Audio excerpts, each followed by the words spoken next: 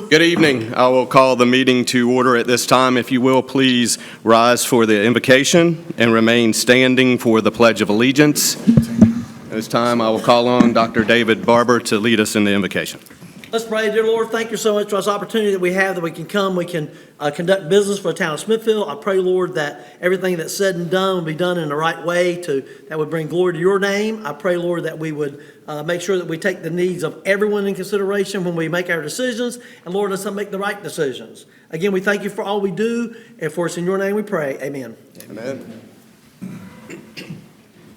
I pledge allegiance To the flag of the United States of America, and to the republic for which it stands, one nation, under God, indivisible, with liberty and justice for all.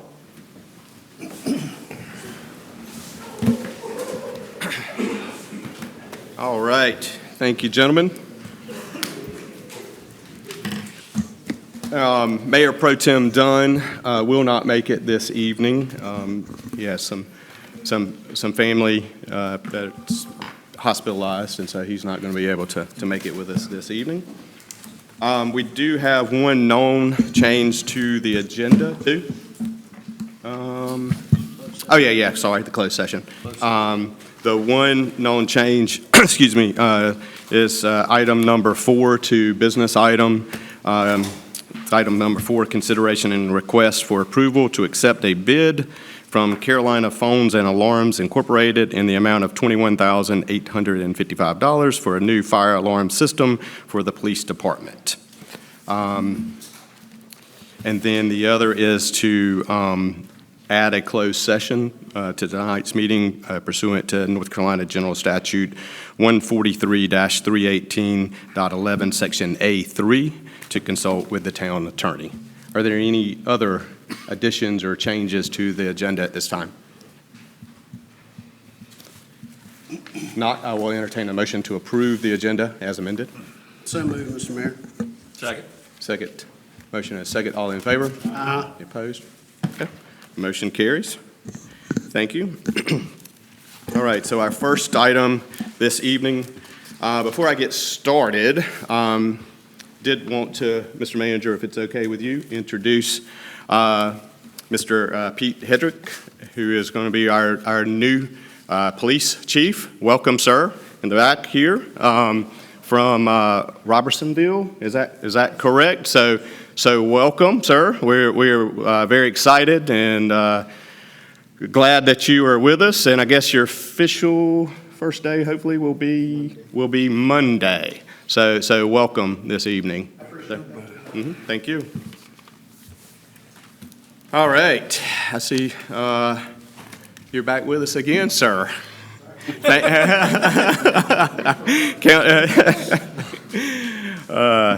Thank you so much for being here, Commissioner Harris. It's always a pleasure for you to be with us, and I see the county manager, Mr. Rick Hester, back there as well. So welcome this evening.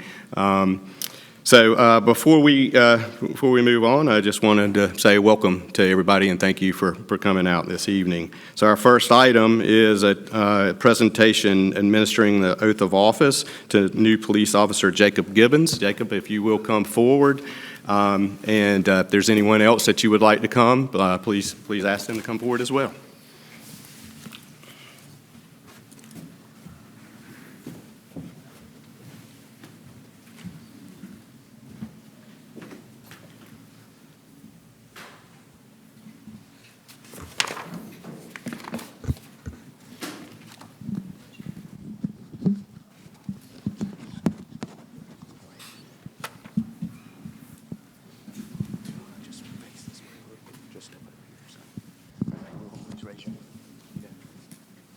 All right, sir. How are you?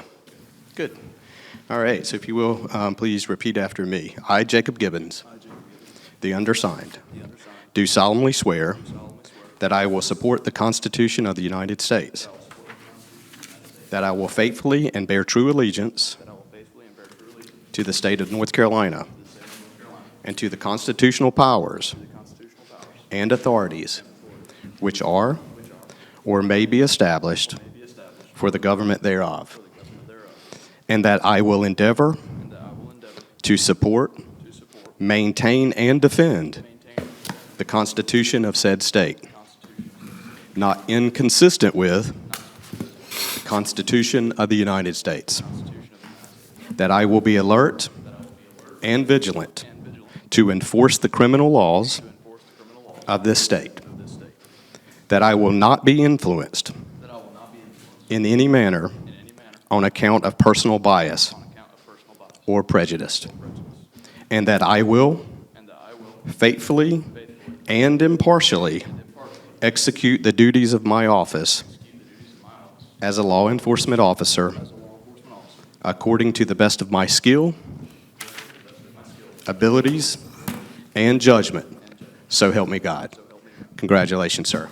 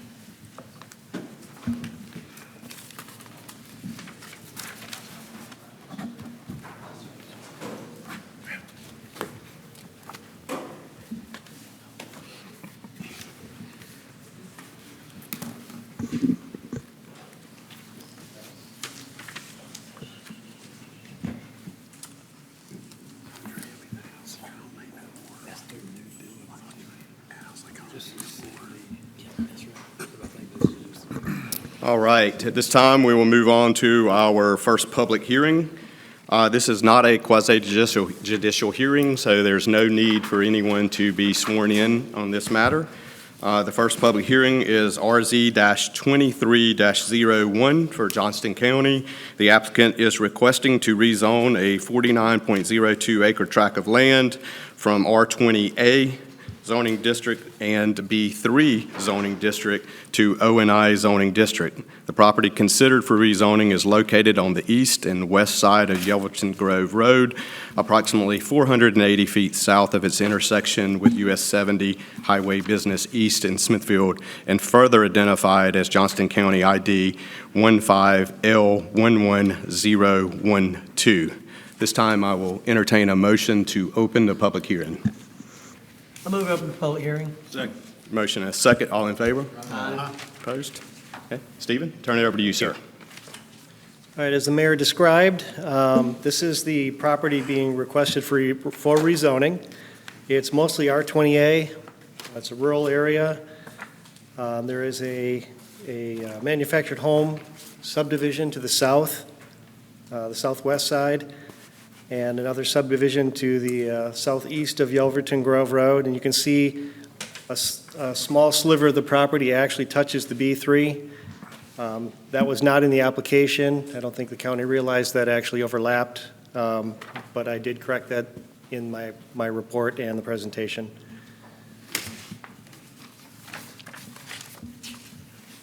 So this would be rezoned to O&I, similar to the county-owned detention center and public safety building to the north of this. They're proposing government offices, storage buildings, service yard type uses, all which are permittable within the O&I district. It's currently in the ETJ. The county has indicated that they're going to annex it into the town. It is a Smithfield Fire District. It would have Smithfield sewer and water with annexation.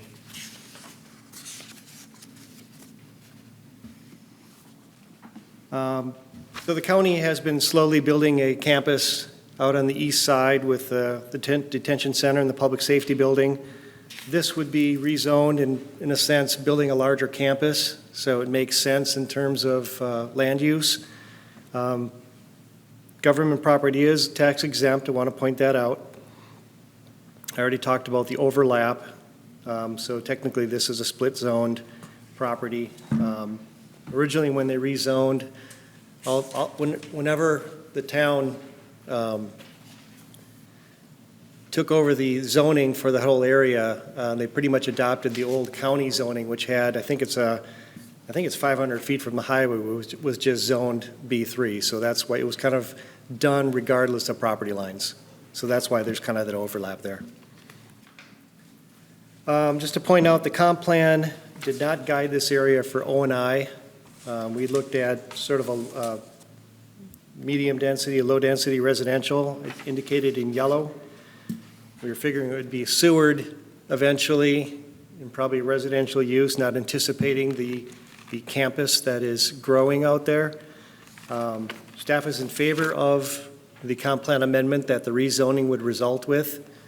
It makes sense, creating a larger public use area in that area, in there. Efficient for the county and a good location for that use. So consistency statement, staff believes this is it does not meet the comp plan, but we think it's a good use, and given the changes going on out in that area, are in support of it, and this rezoning would result in a comp plan amendment. It'll be developed consistent with the Unified Development Code, and we do believe it would be compatible with surrounding land uses given the growing campus out there. Staff and the planning board recommend approval of the zoning map amendment, RZ 2301, with the statement declaring the request consistent with the town's comprehensive growth plan as amended by this rezoning and other adopted plans, and that the amendment is reasonable in the public interest. And my recommendation for a motion is below. Any questions? Any questions for the planning director at this time? Okay, any questions? Anyone in the audience wishing to speak on this matter? If you will, please come forward. You'll state your name and address, please, sir.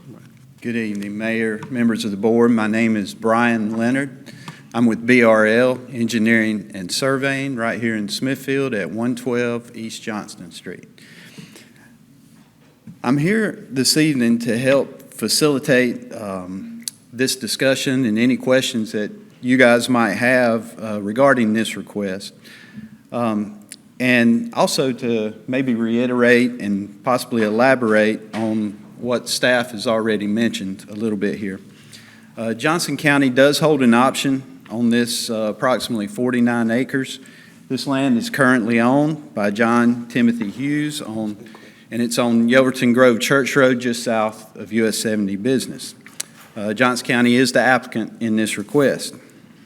The county is proposing to use this site to expand its government uses, particularly its administrative and service-based facilities. Primarily, we're talking about office use here, and possible incidental or accessory uses to the primary office use.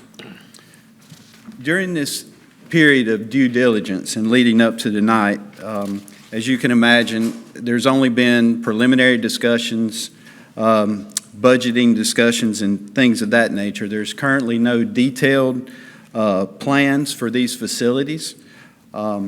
There's still many specifics that we do not know at this early stage, but I'll be glad to share any information that we have learned up until tonight.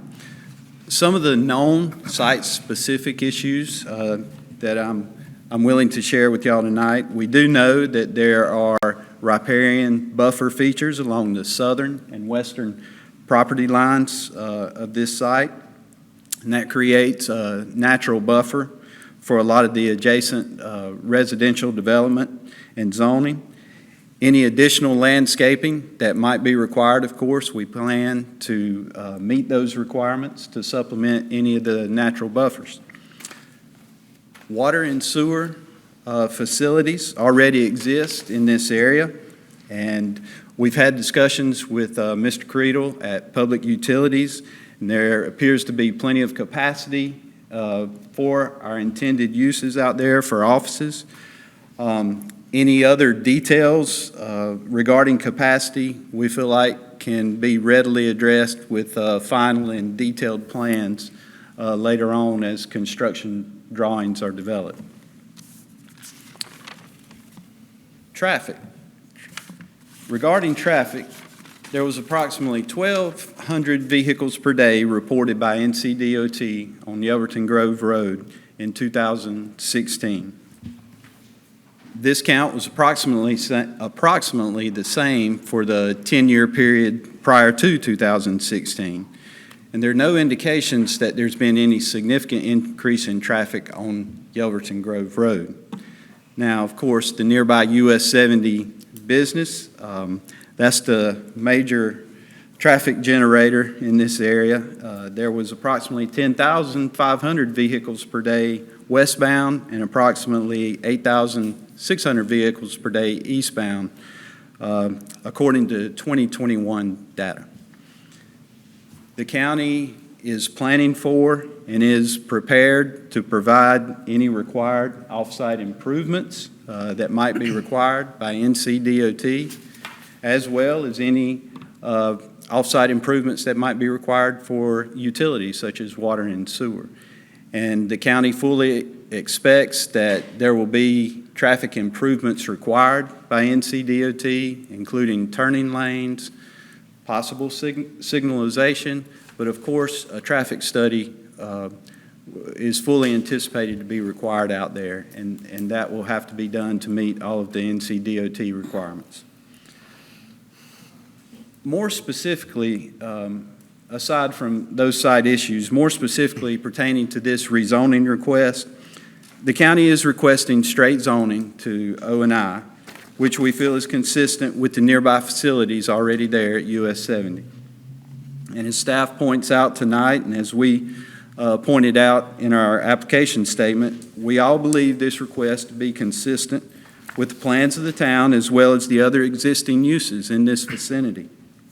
And we believe this plan is in line with the surrounding properties, zoning, and in the public interest.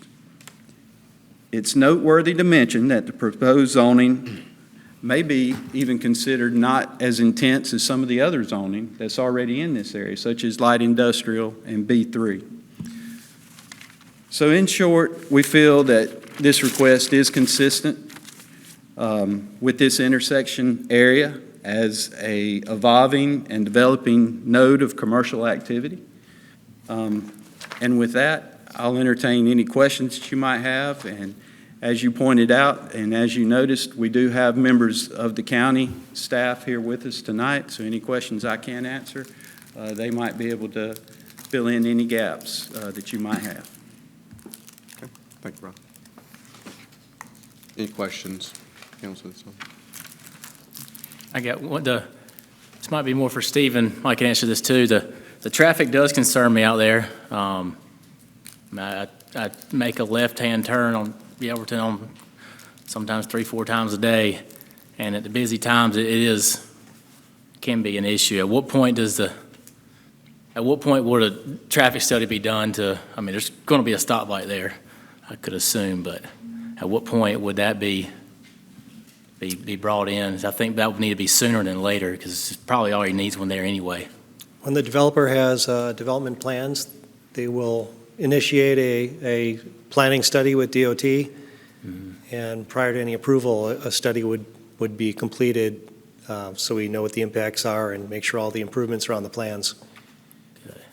Just based on my experience, I fully anticipate a traffic study to be required out there, and that's something we expect to have to do with development of our plans. But at this stage, that has not been done because we don't know all of the details of the facility and how much traffic it's actually going to generate. Yeah.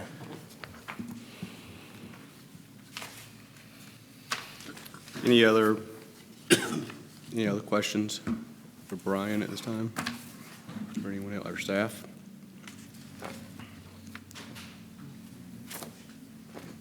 Not seeing any. Thank you, sir. Is anyone else in the audience wishing to speak on this matter? Please come forward at this time. So when do we know, I mean, since I know it's a rezoning, but we're talking about what the project is. Do we know when the county anticipates, should this be approved tonight, when the county would anticipate moving forward and starting on the project? That information I do not have, but the developer and the county officials are here. Sure. Mr. Manager. Good evening, everyone. Thank you for the opportunity tonight. And Mayor, we don't have a specific start on that, but that is to be determined. And I can assure you that anything that the county puts there, hopefully with the detention center and the public safety center, it will be attractive and really A-plus development. But we don't have a timeline yet. Gotcha. Okay. Yeah, and I'm sure it will be, right? The detention center and everything looks really, really nice. Glad to see it's opening, or has opened, or parts of it has opened. I'm not sure if all Yes, of sir. it is open or not. Obviously, though, with the development that we have and some of the issues, one of the reasons I asked the question is we have a constant issue with sewer. Right. Do we see any issues with sewer at this time? Ted was nodding with Brian's comments that there are no issues. There's plenty of capacity in the lines. Is that correct? In those lines? Or, Ted, maybe you want to speak to it? Our infrastructure can handle. Okay, there we go.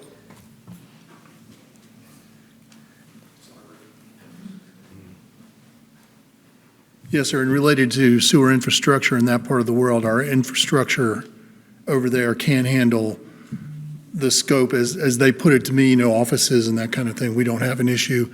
If there are improvements that need to be made, they've committed to make whatever improvements, such as a bigger pump or something of that nature. Gotcha. So that takes care of the capacity issue. So as far as, we also have to deal with the allocation issue. So will this go towards Smithfield's allocation, or will the county deduct this from their own allocation? Since the request is to, if annexed, you will then seek, if rezoned, you will then seek annexation into the town of Smithfield. Is that correct?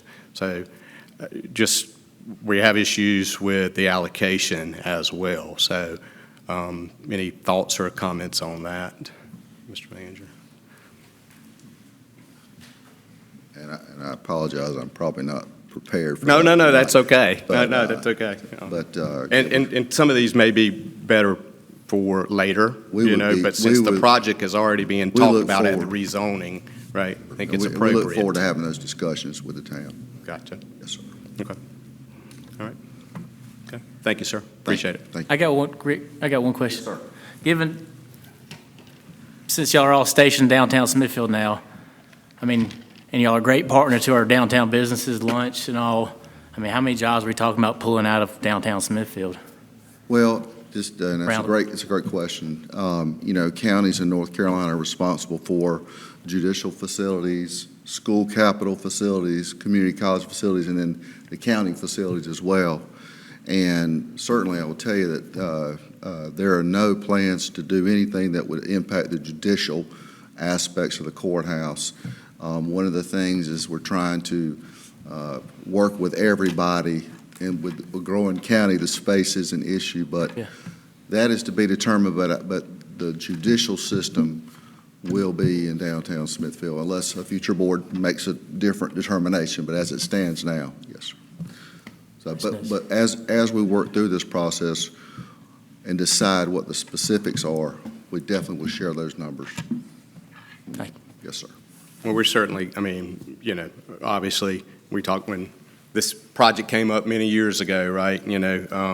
We love having the county employees downtown, and we also are pleased that you're, right down the road from your existing facility, so those employees can still visit our downtown area and come to the restaurants at lunch or whatever it may be, or some of the surrounding shopping and so forth. And we certainly do appreciate it, and I know we'll work well together. But I those remember were those- just some of the some of those Right, comments. those And I know discussions. there's some of the issues that we will need to deal with, right, in that. But I know you guys will do a top-notch Thank you all for project having out us there, tonight. and thank you very Yes, sir. much. Rick, is there a petition annex or just a general agreement or what?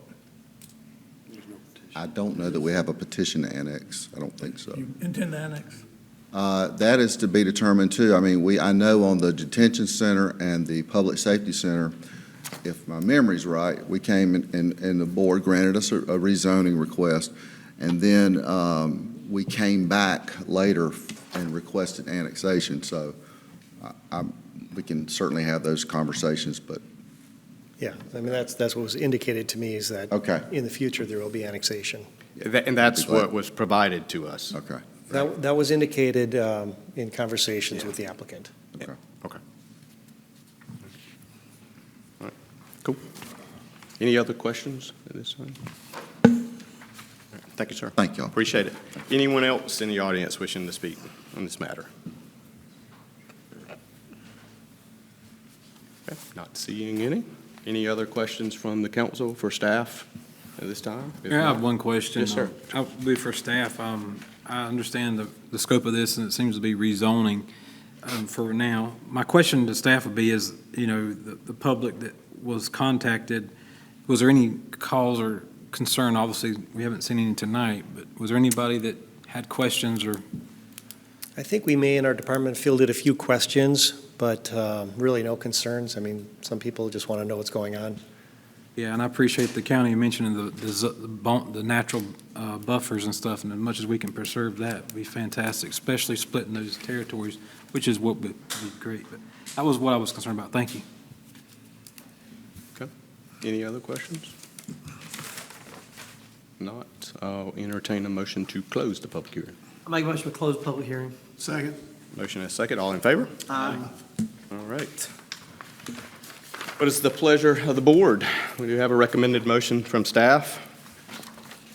Mr. Mayor, I move that we approve the zoning map amendment RZ 2301, finding it consistent with the Town of Smithfield Comprehensive Growth Plan as hereby amended and other adopted plans, and that amendment is reasonable and in public interest. We have a motion and a second.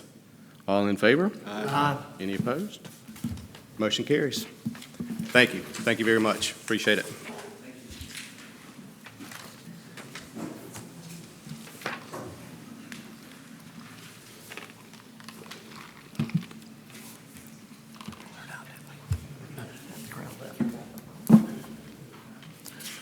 All right. Now we will move on to our next public hearing. Again, this is not a quasi-judicial hearing, so no need for anyone to be sworn in at this time on this matter either. It is right-of-way closure that we discussed at last meeting.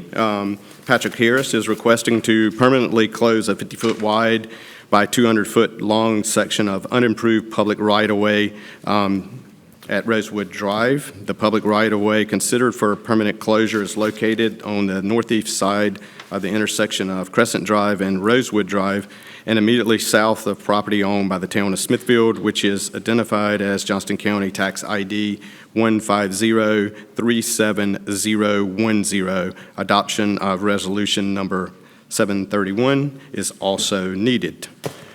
This time, I'll entertain a motion to open this public hearing. So moved, Mayor. Second. Motion and a second. All in favor? Aye. Any opposed? Stephen? Sure. I want to apologize. I didn't pull up, I didn't prepare a map for this, and I could probably pull up the GIS if we need to. So let me know if that's something you wish me to do.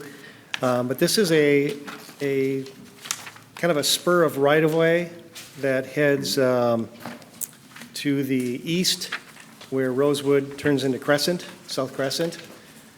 It's an unused piece of right-of-way that separates the town of Smithfield land from Mr. Harris's land, and basically dead ends at a Grantham property.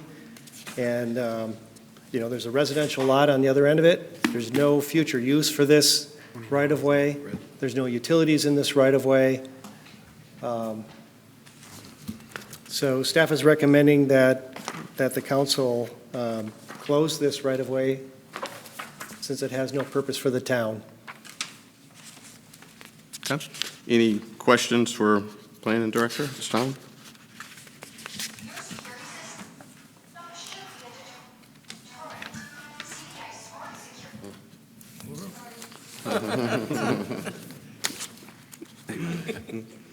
I'm sorry, any questions for Stephen?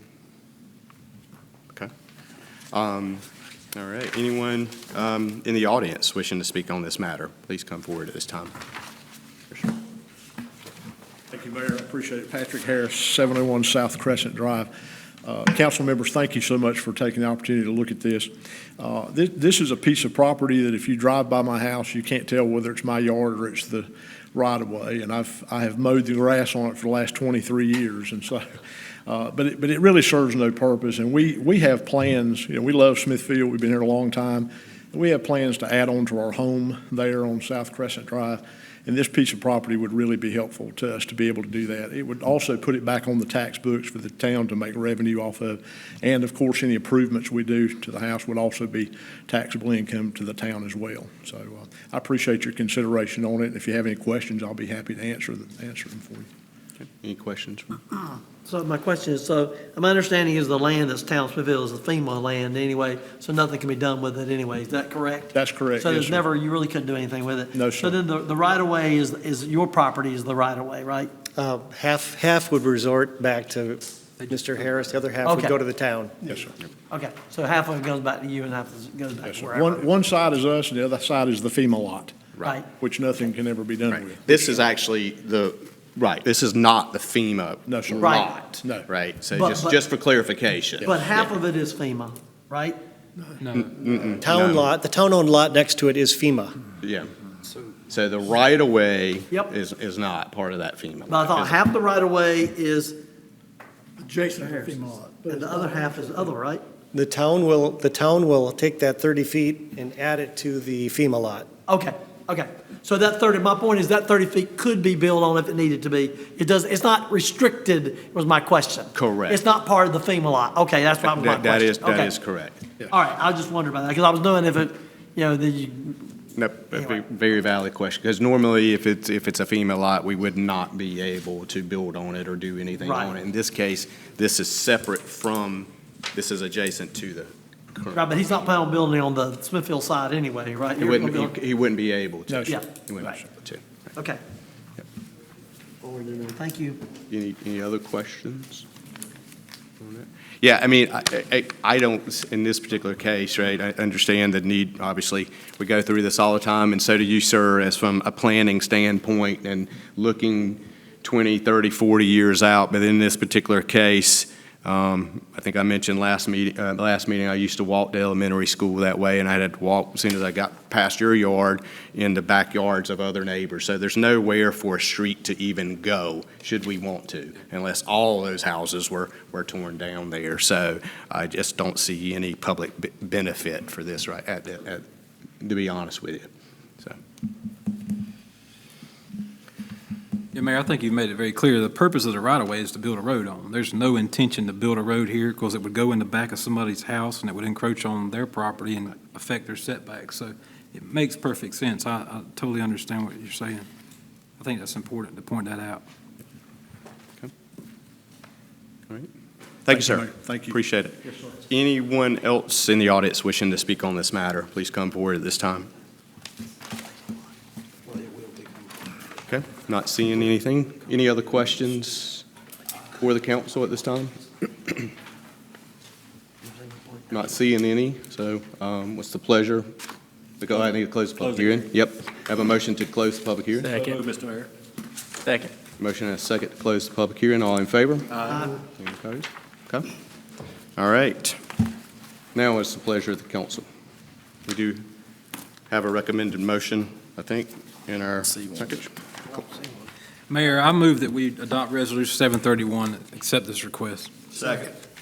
Okay, I have a motion and a second to adopt resolution number 731, resolution to permanently close a portion of Rosewood Drive to the east to South Crescent Drive, public right-of-way. Okay, I have a motion and a second. All in favor? Aye. Any opposed? Motion carries. Thank you, sir. Yes, sir. Appreciate it. All right. Moving on to our next public hearing. Again, this is not a quasi-judicial hearing either, so no need for anyone to be sworn in. It is ZA-23-07, Town of Smithfield. The applicant is requesting an amendment to the Unified Development Ordinances, Article 2, for the creation of a sidewalk fee in lieu of policy and program. This time, I'll entertain a motion to open the public hearing. I move we open the public hearing. Second. Motion and a second. All in favor? Okay, motion carries. Thank you. Stephen? So this is a staff request, and not too long ago, we had the pedestrian plan prepared, and in that pedestrian plan, it did talk about future policies and tasks. This is one of them. Essentially, and we've heard it before, a developer has to develop a property, we require sidewalks, and they say, these are sidewalks to nowhere, why do I have to build them? And sometimes it's because development is coming and you got to build them because pretty soon other developers will connect to them. There are instances where perhaps it does make sense to take a payment in lieu and apply those funds towards sidewalks where they are more critical, such as building out from the downtown. And the example I gave to Mr. Barber earlier was, a prime example is right by Sound Station, there's a crosswalk across 301, but there's no receiving sidewalk. And there's like, just on the former Rite Aid property, there's no sidewalk, but there's a well-beaten trail before the sidewalk picks up at the next property. So having a fee in lieu slowly would build a small fund where we could, start patching in and putting in some of those sidewalks, basically taking the money from that project and building it where we would want it, where it's most needed. Now, this would be, I can go on here.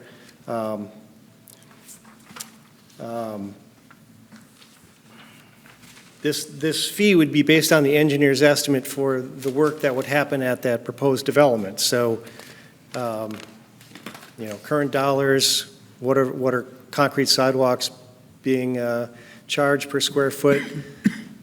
Town engineer would verify that that's the amount based on the foot of sidewalk required. They would have to, if there's not room in the right-of-way, we'd need an easement for future sidewalks should one go in, so it would be all set up for a sidewalk in the future. There may even be a sidewalk shown on the plan with maybe even note, fee in lieu of, so that when a sidewalk does go in, we'd have a plan for it. But again, the intent would be then to use those funds elsewhere as needed. So the other thing, this would be permitted by town council, so it would be a developer, we would take the developer's request to the council and say they would like to do fee in lieu. So the request would come from the developer.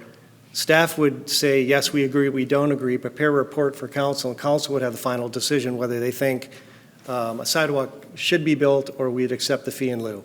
And an example was the detention center about 2 years ago. They did not want to build that sidewalk. We made them build that sidewalk because we thought being only a mile from town, there's very good likely that they could fill in the near future. And in fact, a lot of employees do use that sidewalk. I think it was a good decision. But if you have a development even further out, and maybe an isolated commercial development where you don't really see it going anywhere or connecting to any neighborhoods, it may be a good decision to accept the fee and apply it elsewhere. So again, council would have control. Fees would be based on actual costs to build a sidewalk, and the town could then apply that elsewhere, providing needed funds for some really needed critical gaps in our system. And the whole intent of this was so that we can start building out a cohesive sidewalk system from the center out. Again, not intended to allow developers to not build sidewalks when needed. I mean, we do have little nodes developing like at the courthouse, like at the detention center, where that's a node that's building out. I think sidewalks are going to be very important there in the future, connecting businesses, the new future campus to the old campus, the detention center, public safety center, and eventually connecting to downtown. So that's the nature of the request. The details of the ordinance are in your packet. Staff thinks it's consistent with the PED plan, which is part of the Comprehensive Growth Management Plan, and that the amendment is reasonable in the public interest. And I did have Bob review kind of how we're going to implement this. It's going to be just some text added to our sidewalk requirement in Article 2, and then the rest would be it'd be working with the finance department, so there's a segregated fund number so that those monies would be usable just for sidewalks. Stephen, Yes. I was wondering if we could not, and we should not maybe require that the developer grant us an easement for future sidewalks? That's what I said. With the site plan approval, we would have the future sidewalk be shown on the plans, and if easement happens to be needed to be on their property as opposed to right-of-way, we would get the appropriate easement at the development. Do you want to put that in the ordinance? I don't think it's needed because that's part of our site plan review process. So we would approve the plan with the sidewalk, then the developer would come in with a request to waive the sidewalk requirement, and that would follow up. I'd kind of like it in there, but, Well, we could put it in there if you all think it's necessary. well, I just trying to avoid having to condemn the sidewalk. Yeah. So Shannon, if you go to 2.22.2 on page 44, just add for that sentence, if the developer grants a sidewalk easement to the town of Smithfield for the town's possible future installation. Got that language? You can give that to her afterwards. Yeah, I can write it, but if the developer grants to the town of Smithfield a sidewalk easement for the town's possible future installation, and I can give it to you, as Mike said. I'm just being a little defensive for the town. But I think it does make sense to have the site plans show the sidewalk because our intent is eventually to have to build it. And so that would give us the details as to where it goes, how it goes, whether it's in an easement or on right-of-way. The only thing that could change is, let's say DOT expands a right-of-way or takes a ditch section into a curb section. More than likely, in that case, DOT might actually build it because we have a complete streets policy. Any questions? Mayor, for I staff? do, I appreciate the staff bringing this before council for this hearing. I understand it from a common sense perspective, it is simply to review the plan. If it makes no sense to put a sidewalk in there, we're not going to make them do it. However, we want to secure that money for a future sidewalk, whether it's on that piece of property or maybe somewhere else. My one concern, and I would ask staff, and I know that we probably need to do some more work on this to get that specific, would be how do we reserve, condition those funds for future spending only for sidewalks? I mean, that would need to be, I think would be important. It would be very similar to what we do with Park and Lou now. Those funds are set aside in a separate part of our budget, and they are carried over year to year automatically, strictly for park use. So this would be the same exact thing, just for sidewalk use. And I'm assuming, Mr. Winsman, that obviously, again, this is a public hearing for the text amendment change, not to discuss the cost of sidewalk. But would this fee be relative to today's numbers, what it would cost to construct that sidewalk? Is that reasonable? It'd be based on, let's say I'm going to build a building. It'd be based on today's construction costs, and the idea would be that that fund would be probably used the same budget year or very soon after. So give Lawrence some more money to put a sidewalk somewhere else in town, not to hold the money for years. We would spend it as we get it, really. But Mike is correct. The idea would be in a separate fund so we could track it and know how much is in it. And as soon as we have a project that could spend that money, we'd do it. Stephen, can it be used for repairs on existing sidewalks? Yes, I think it could be used for any of the above. The idea is to build a sidewalk system, whether it's repairs or expansion from the center out, really. Again, that's part of your pedestrian plan, correct? Yeah, Using your pedestrian plan to guide yes, those decisions? yes. So I think with the development that we are anticipating, I think we have to be very careful with this, right? I understand the common sense approach to it. Yep. And I agree with Councilman Scott, and we've had some of those instances, right? But very few developers I talk to really like to put sidewalks in, right? And I just don't want every single month you guys coming to this board and we have to make a decision on this. And I can very easily see that happening in this situation. And then I also have a little bit of heartburn about your last statement about being able to take a developer's money and spend that on other sidewalks. I understand the premise behind it, but taking a developer's money and a fee and putting it towards repairs and building other sidewalks, that is not improving their property. I think we have to be very careful with that, to be honest with you. I do like what Bob had mentioned, because that is a concern of mine. Just because it's on that site plan doesn't mean a thing 5 years from now when we decide, when there's growth all over the place and we decide to put a sidewalk in, and then we can't do it because the property owner won't allow us to do it. And then we have to go and condemn the property and spend triple, and then go to court and spend triple what it would cost at the time if we would just require the developer to put the sidewalks in at the time that the development is being made. I did some research. Some of the other towns that have adopted this have actually put together a policy, and that is something that I was planning to do, is kind of basically have it all written out, the procedures and how this would go, and I can make sure that that is included in that. One thing different, though, it's not a developer coming forward saying, I don't want to build a sidewalk, and the town saying, okay, you don't have to. They got to pay for it either way. If I'm going to pay for a sidewalk, I'd probably want it on my property. Yeah. But there just might be some instances where they just say, I still don't want it. And I think it'll be not as common as you think, because. Well, I hope not, but if they say they don't want it, my concern is that 6 years from now, when we need it, Yeah. when it's the only property that's sitting out there without a sidewalk, and then we can't get it because they say, no, you can't do it. And then we end up in court over this. Right. That's my concern. Yeah, and that's why, Right. I mean, through the site plan approval process, they have to show the sidewalk in the right-of-way. And if because of the ditch section or whatever, it ends up in private property, part of that approval process is they need to give us the easements that allow that sidewalk to sit there.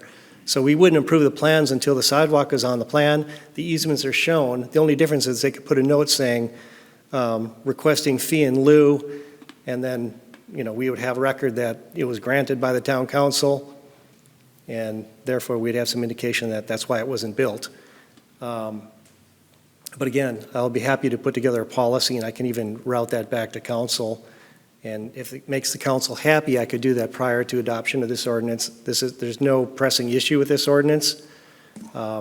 This is just something that was on the PED plan, moving forward on those tasks, trying to make sure that, we've had requests for not building sidewalks in the past. So this is something that I've always thought might be useful when we get those requests. No, I mean, I certainly see it being useful. Don't take my comments wrong. I just have, concerns. I just want to make sure before we implement something like this that we have thought about all angles of it, So It again, sounds I mean, like I'd be you have. happy to put together a policy document, route that through, and then bring this back to you if you'd be more comfortable. Mayor, I have one other question. Mr. Winsman, you talked about the right-of-way. I know that we have utility easement such as that. It seems like it's a common practice. The narrower the street, obviously, the larger the request. The right-of-way would include this sidewalk generally, or is it a separate easement, or is it part of that with the utility easement? It's all one thing, the right-of-way for the road. The reason I ask the question is, just to the mayor's point, if we have a request, or they say they don't want it, but the negotiating factor could be to make the road narrower or the setback closer. I mean, again, it needs to be something consistent that says that it would equal that. Do you understand my concern? I'm not entirely sure, but typically the sidewalk can be in the public right-of-way. It typically is. But an example is, let's say, Amazon. Because of the deep ditch there and the narrowness of the right-of-way and how wide the highway was, there was no place to put a sidewalk because DOT requires that to be outside of the ditch section. So they had to provide us a sidewalk on their property in an easement. And so we've got those, and it was built, and it's waiting to be connected to. Well, let me rephrase my question. Do you think that there's a potential for a developer to come in and request a narrower right-of-way because it doesn't have a sidewalk? I'm not talking about a ditch and all that, just a subdivision. Oh, a straight up like a residential subdivision? Yes. There might be an instance where, like in the R20A, we require sidewalks on one side of the street, like we did at Camden Ranch, if you recall. We made them put sidewalks in. It was a DOT street. They have ditches on that development, and the sidewalks are now in on private property and easements on all those lots. And frankly, DOT doesn't maintain sidewalks, and those are not in the right-of-way, so DOT won't be responsible to maintain them. They did not want to build that sidewalk. That would be one of those cases where it could have been a situation where on a residential development, we may have wanted to take the fee in lieu and applied it elsewhere if that's truly what they wanted to do. I think it's a great amenity for their development because their folks can walk around without being on the street. It's not necessarily the busiest development. People do walk in the street, I'm sure. But again, there are situations when we have subdivisions way out in the rural area where people often do just walk in the road and there's not a lot of traffic, nothing to connect it to, it's miles out. I understand that, but I'm, just talking about future planning. Yeah. If it's a negotiating factor, I can see that being a request. And then, as well as I do, with the setbacks that are coming closer and closer, if the tailgate of the truck's hanging over the sidewalk, it ain't usable anyways. So my concern is that the right-of-way would get narrower because there ain't a sidewalk in it. But again, I understand what you're presenting, that it would give some negotiating in fact that money would be collected for the potential for sidewalk. Yep. I want to point out one other thing. It's not this item, but the next item. We're redoing the engineering standards. And one thing in talking to Bill, so much is being required of our public rights-of-way today. Currently, we have a standard for 50-foot right-of-way and 60-foot right-of-way. We're creating our standard to be 60 feet for very much those reasons, so that the utilities, sidewalks, if the town ever decides to put street trees in our rights-of-way, we have that ability. And there's so much in these rights-of-way today. So that is something that, again, will address some of those concerns. But you're still going to have situations where sidewalks may have to be on private property, which would put them closer to the front door because whether it's a 30-foot setback or a reduced setback, that would be on the site plan. You guys would all review the subdivision and know the impacts and whether or not you want to grant a fee in lieu or not. So Stephen, we have an example though, because let's look at the Franklin Homes as a perfect example. They built their community, not sidewalks. I said, hey, you're supposed to have sidewalks in here, remember? Everybody said, oh, we forgot to do it. Well, they didn't do it originally, and they had to come back and redo it. Okay? Are they on Wilson Mills Road? Yeah. Oh, yeah, they didn't build it originally, and had to go back and redo it. No, it was there, it wasn't built yet. No, it wasn't. It was a totally different landscape in the front. Totally different. They had it built without the sideways. Oh, it was on the plan, sir. It was on the plan. It was on the plan, Yeah. but I'm saying they already did the landscaping and all. It was a total different landscaping with the sidewalks, without the sidewalks. My point is, if we had said, no, we just take your money in advance of that, then who's going to do all the, are we going to include not just the cost of sidewalks, but the cost of totally restructuring that front place, which they built, they had to go in and do a totally redo of that entrance when they added the sidewalks. It was totally different. Yeah, it was. So I'm saying if they hadn't been required to do that sidewalk, they would have, whenever we go in and decide to do it down the road, because it's going to be years before we get all them sidewalks on Wilson Mills. I know, we're working on it, but we're going to get it one day. The question is, though, do we put down a requirement that you have to landscape it for the sidewalk? Just don't put the sidewalk in. Absolutely. They got to follow the plan. The plan would show the sidewalk where it's going to go, and the plan would have to respond to that sidewalk. It just wouldn't be there. So they'd have to put the flat land like they did instead of the big berm that they had in there. Absolutely. In that case, you caught it before we had our inspection, so I went out there and verified, yes, they did not even have the curb cuts in. Yep, they didn't balk about it, though, they fixed it. But, They knew they did wrong. oh yeah, and they did, and they're doing a great job. It looks beautiful over there, by Yeah. the way. But the point is, I just want to make sure that I'm still concerned about it. Because I know a bird in the hand beats two in the bush. I'm just saying, so Yeah. I'm concerned about that. Well, this is not something that's essential. I just thought it would be something that would be developer-friendly and actually be a benefit to the town, kind of a win-win when a developer requests it. Because other places have done it. Not every place is doing it, and we don't have to do it. But if we do it, I'd be happy to bring a policy to accompany it, and you wouldn't have to adopt this tonight. So my question is, my question is, if they got to pay all the money to do the work, why is it beneficial to them not to do the work?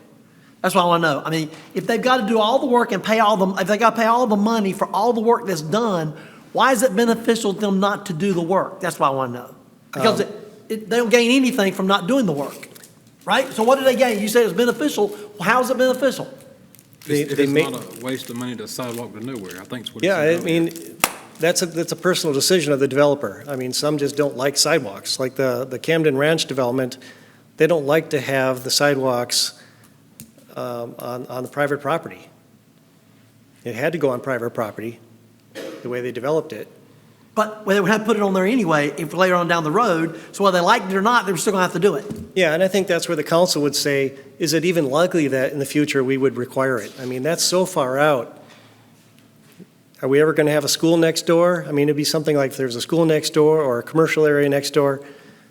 Otherwise, it's just a decision for the development itself and how people buy the lots based on what that development is. So it's not an easy decision, and I don't expect it a decision you have to make very often. But, and again, I don't have a real burning desire that this has to go forward. It's just something that's been asked of us in the past. It was in the PED plan, and it's something I'm bringing forward because it could be a good tool to put those funds towards expanding sidewalks closer to town. Back to the mayor's point, spending the money somewhere else, borrowing from Peter to pay for Paul. Correct. And that's what we're talking about. Yep. Well, I think. And that's why I had Bob check on the legality of it. There's got to be a consideration here. You know, it's just like the park fee. The town has a plan for recreation, and it's developable and such. So I don't think the money would be wasted, but I do think it needs to be restricted for that purpose. But I don't agree with, well, we need to talk about this more. I'd like to make a motion to table.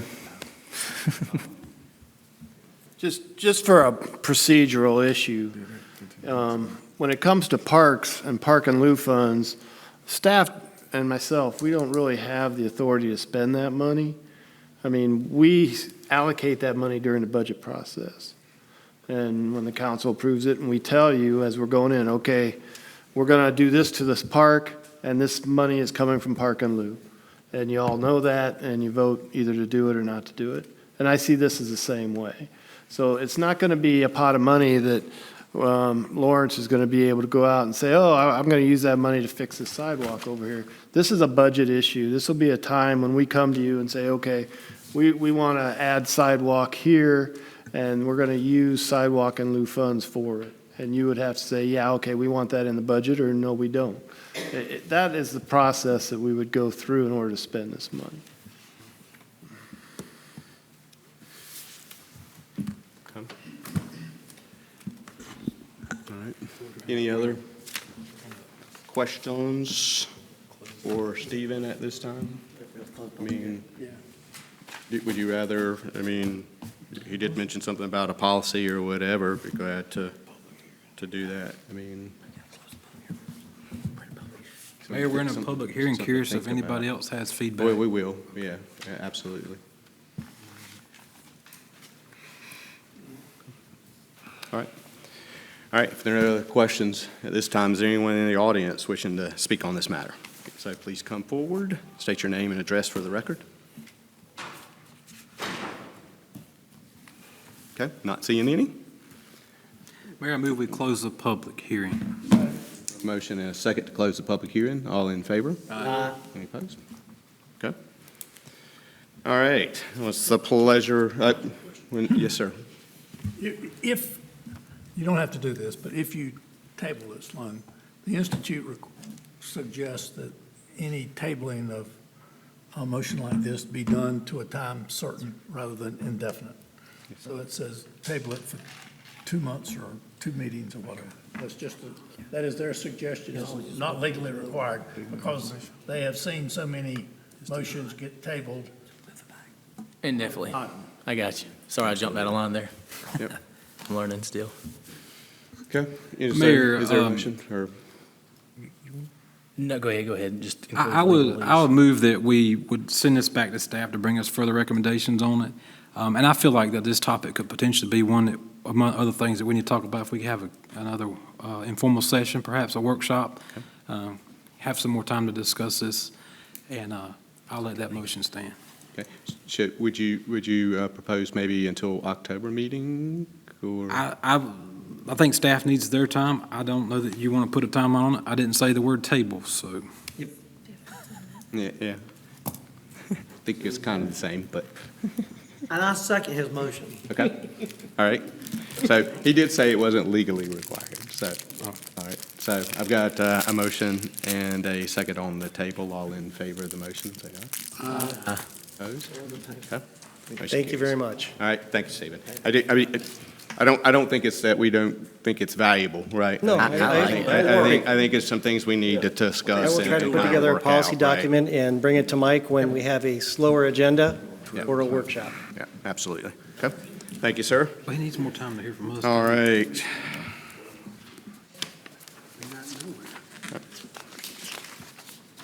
We will now move on to our citizens' comments. If there's anyone wishing to speak during citizens' comments, please come forward at this time. I will ask you to limit your comments to 3 minutes.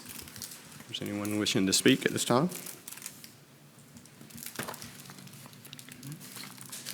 All right, not seeing any.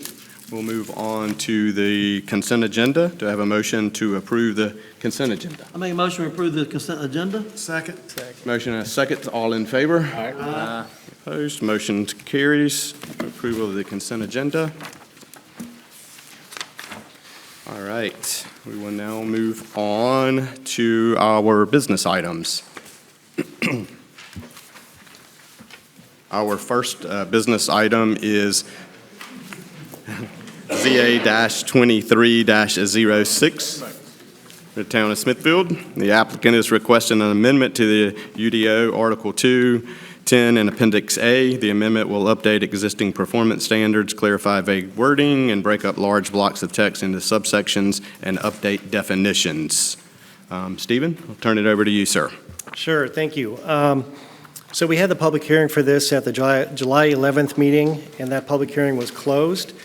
And council then wanted to be able to review that and have me bring it back for more discussion.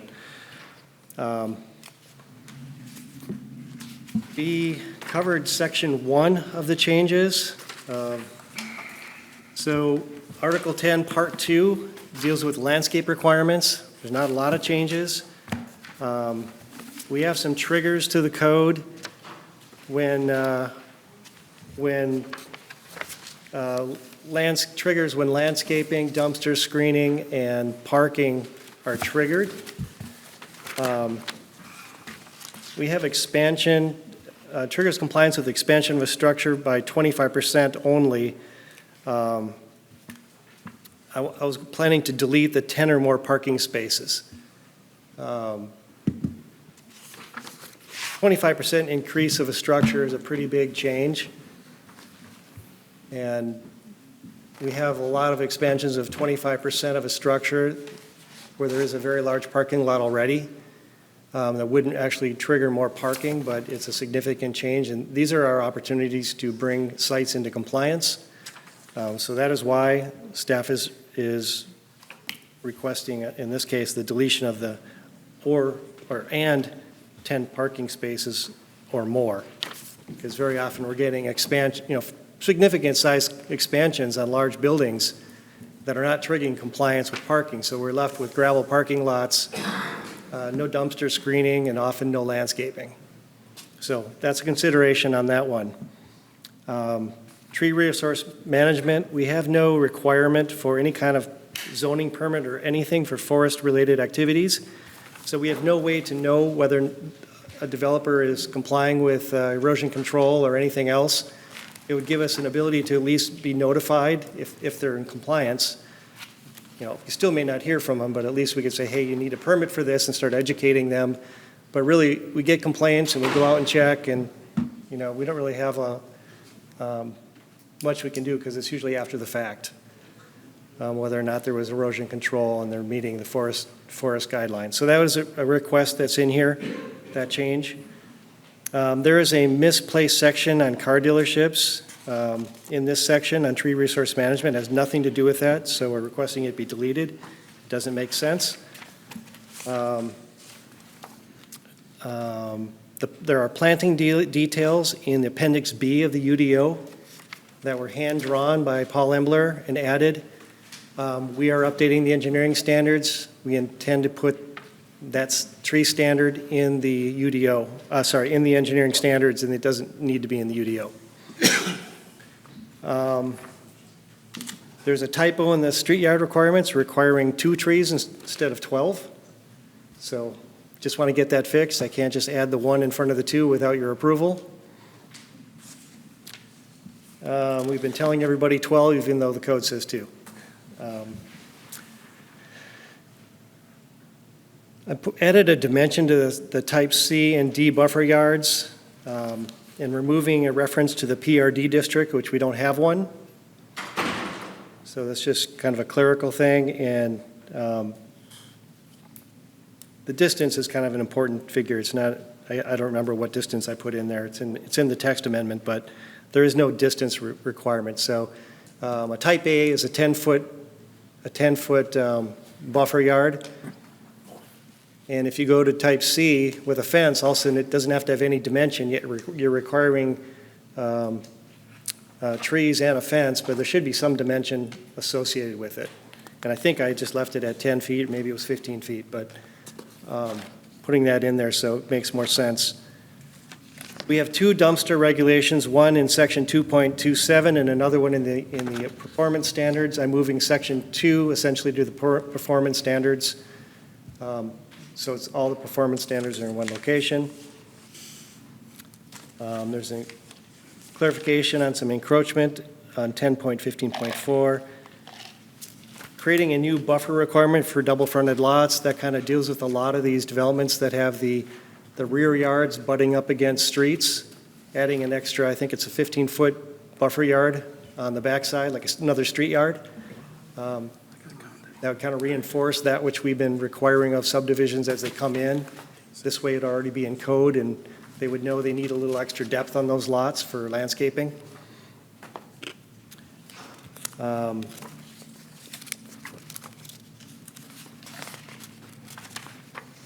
then Article 10, Part 4 is lighting ordinance. There's a few changes. It says site plans are reviewed by the planning board and town council. That's all administrative today, so I want to get that fixed. 10.34.3.6 deals with, I want to delete it because it conflicts with our requirements for cutoff fixtures. And then also don't review site plans, so that section should be removed. We'd be requiring downcast shoe box style fixtures with LEDs, just reflecting the current standard. Vehicular canopies, they're all being built with recessed lights today. I just want to codify it in the code, have it be standard, so people don't, if they're putting it, just don't want to see any more of the canopies with the lights extending below the canopy in gas stations such as that. They all should be recessed. So that's reflecting that. And again, planning board and town council review, that's also administratively approved today. For sure want to get through these next couple, and then you guys can decide if I should keep going. Article 10, performance standards, traffic impact. There's a reference to the Board of Adjustments. They don't review traffic impact assessments unless there's some disagreement about the outcomes. And then overlay districts. We have an entry corridor overlay district. I'm recommending it be deleted. It's a district that regulations make no sense whatsoever. It actually allows taller signs in the downtown than in the further outskirts of town. So when you get into the slower trafficked areas downtown, you can have a 10-foot sign. Everywhere else is 6 feet. It seems to try to push cars to the rear of the building, but it isn't requiring it, so even if someone took advantage of it, you would have a corridor with parking lots in the front, and then one building would put it in the back. It's really not achieving any desired goal, and as long as I've been here, I've never seen it used. I thought about creating some very elaborate standards for it, but I just don't think it really has a function today, unless it really needs to be thought out with clear direction from the council about what its vision would be if we were to have such a standard. And then the row house overlay district, that is a district that was used for one development and created for one development. And today we have conditional zoning, so all of that can be achieved through PUD or conditional zoning. And it's really redundant. In fact, it's a poorly written code that doesn't really make a lot of sense. So I would like to strike both of those overlay districts from the code. Any questions on that?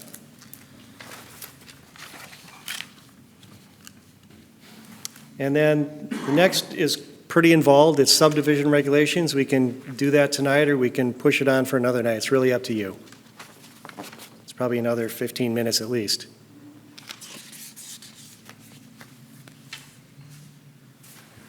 What are your thoughts, gentlemen? So we come back to it. This might be another item that Councilman Scott had mentioned, possibly like maybe do a work session or something. Yeah. Bring that back up. Could be I mean, a lot of possibility this that we is could go- housekeeping, Yeah. things to get cleaned up. I mean, we could approve it through what we went through, but I think it's, Mr. Winsman, thank you for your time. Obviously, these things got to be fixed, but for the sake of this formal meeting, perhaps we could revisit this.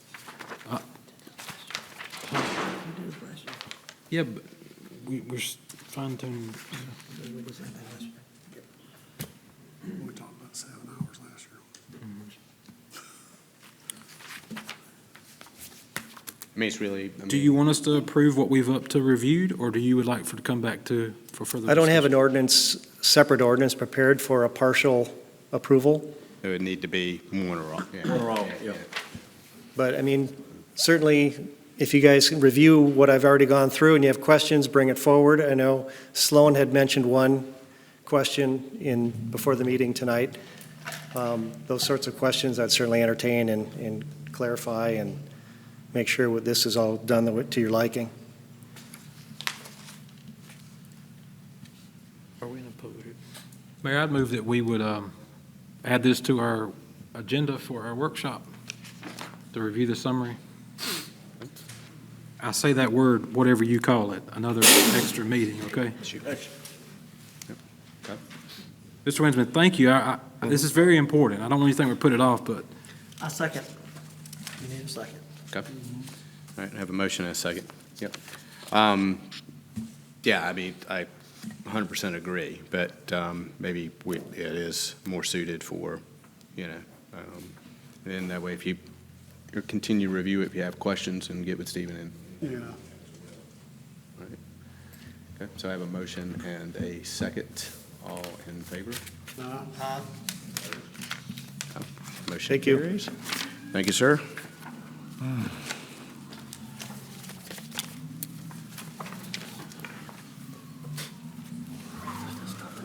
All right, now we will move on to business item number 2, consideration and request for approval to adopt ordinance number 517-2023, repealing and enacting speed limits on North NC 210 in Smithfield.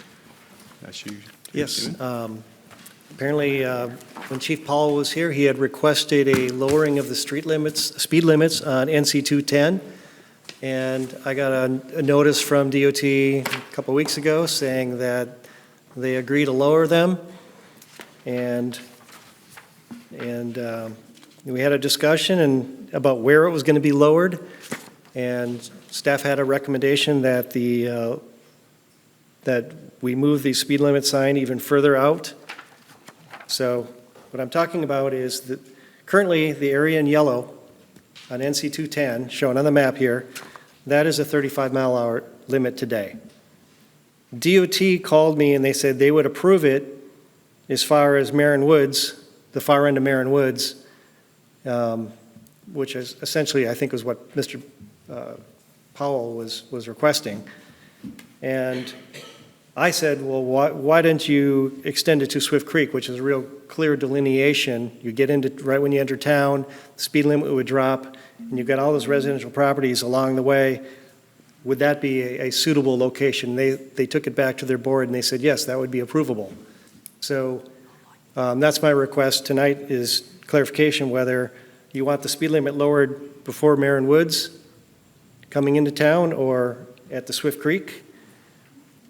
And at our departmental meeting on Tuesday, had a conversation with Mike about West Market Street. So you're in a 35-mile limit on NC 210, and then you take a right on West Market Street, and the speed limit is 45, and then abruptly drops to 25 as you hit town. And so I went back to DOT and asked them, what would I have to do to request a lowering of the speed limits on West Market Street? And so he's going to get back to me. I did ask the question. He's going to talk to the board, see if that's something that they would entertain. And what we talked about is possibly lowering the speed limit on West Market Street all the way to Wilson's Mills Road or somewhere thereabouts. And so I did request out of DOT and to see what they would say. But tonight, the request is NC 210, whether or not we should adopt this ordinance and where that speed limit should be located, speed limit sign should be located. Okay. Any questions, comments, or staff? Has there been, are the current residents from Swift Creek to where Marin Woods, have they complained about speeding in that area? Do we write a bunch of tickets out there? Do we? I guess I would leave that to, I don't know if Grady has any information on that. I don't know what the nature of what generated the request for a lowering of the speed limit. Since this is on the agenda, I have received a number of people commenting that that's such a good idea, that it should be lowered. So, Mr. Winsman, can you define where that sign is, the town sign, and where the corporate limit is exactly? yeah, so the whole yellow area is the 35 zone. There's a speed limit sign. Understood. Where's the corporate sign, where's the town begin? Town begins at Swift Creek. Down there, way down at the bottom? Yeah. So that's where staff is thinking a good location for the speed limit sign would go.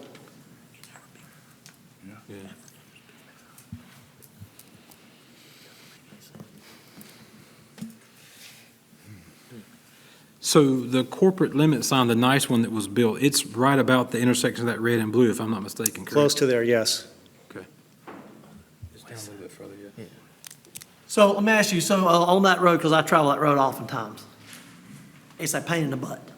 Because it's 45 from there all the way till past the landfill, okay? 210 is a bad road to travel anyway, just not enough, anyway. The point is, there is nothing on the right-hand side going that way, and there's nothing going to be built on that side, because that's floodland down in there. On the left-hand side are a few residential houses that they own a good amount of property there, so you don't anticipate any housing projects to be built over there anytime soon. No. So basically, from where the end of the subdivision that we're building, that way, now you greatly reduce the amount of population that's going to be in that area, right? So, I mean, I understand the significance, and I think it's a valid point where you're going to have the residential people coming in and out of the parking, you know, that, because there's going to be more flow on that road. I understand that. But once you go past that one point, now you're pretty much in the country. You're in the country there all the way until you get past, I mean, really till you get to West Johnson. I mean, just say it. But the speed limit is 45 from that point there until all the way over till past the landfill. So, I just think that I have no problem with being in favor of moving the speed limit sign to where you begin the population or slightly before it so they can start reducing down. But for that big empty space there that doesn't have anything, I just think you're going to add hassle to people. Because they can say, why am I going 35 when there's no reason for it? You see my point? And then therefore, they're gonna be going 45, and they're not gonna hit 45 when they get up here, because they're still gonna be going 45. See my point? Yeah, it's I think okay. you'd be better off having slow down signs posted to drop them down from 45 to 35 before you come into the area where the population's at, and not the area where the population's not at. That's my view. Agree. Which is an option we have, correct? Yeah. So your option one, is what you're saying. Yeah, well, I think maybe slightly before that, because you want to drop down before you get to you don't want to just put the 35 speed limit sign as soon as you get there, back up a little bit to give them room to get in there. When they're there, they've already, because people only going to start slowing down to hit 35. Let's face it, they're going 35, they're going 45 when hit the 35 speed sign. But the other thing is that, as you mentioned, if you're coming up 210, once you get past the cemetery, it's going to increase back, right, to 45. So does it really make sense for us to do this evening? I don't disagree with it, but why, if the desire is to do this, why do we not have the continued discussions with DOT, go through the same process that you just went through for the stretch from where you were talking about to downtown? Because what's going to happen is those same people that said it's a good idea are going to be the first ones calling us when they get a ticket. All right? They will be the first ones, because you're going from 35, right? And you're going 45 all the way down that stretch. I don't think it's a great idea to abruptly go from 45 to 25 in the downtown zone. And so I agree with the transition, but does it make a lot of sense for us to do this tonight? Right? Can we pass it, but then do we have to act on it immediately? I would think Yeah, once it's an ordinance. Once we pass it, it would be effective immediately after it's passed Change the tonight. signs.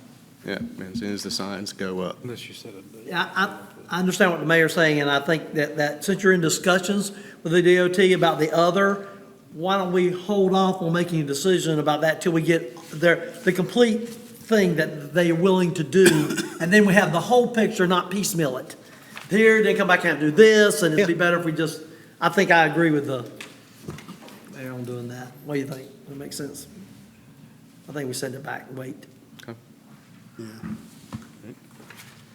So, we can just table this one as well then, right? You're right. 0 for That's my 3 night. tonight, sir. So do we make a motion to move it back? Do we do it? I'm sorry, I think the manager had a quick question. Okay. I was just going to say you could easily table it until such time as DOT comes back with an answer for the Market Street portion. Yeah. I make a motion we table till such time as the DOT come back with the information market. Thank you very much. Have a motion and a second to table. All in We got no favor? hit tonight. Any opposed? Okay. All right, thank you. All right. That makes sense. Why would we do that? All right, we will now move on to business item number 3. It's a discussion concerning post-employment health benefits. Mike, I'll turn it over to you, sir.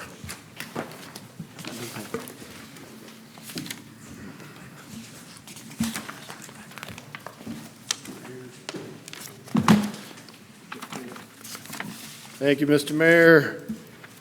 You will be happy to know that this discussion is not asking for a decision, so there'll be no need to table this.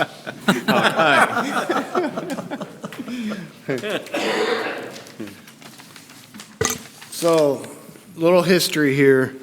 At a previous council meeting, I was asked to try to put together some information on the possibility of bringing back a post-employee health benefit for employees that would have been hired after June 30th, 2007.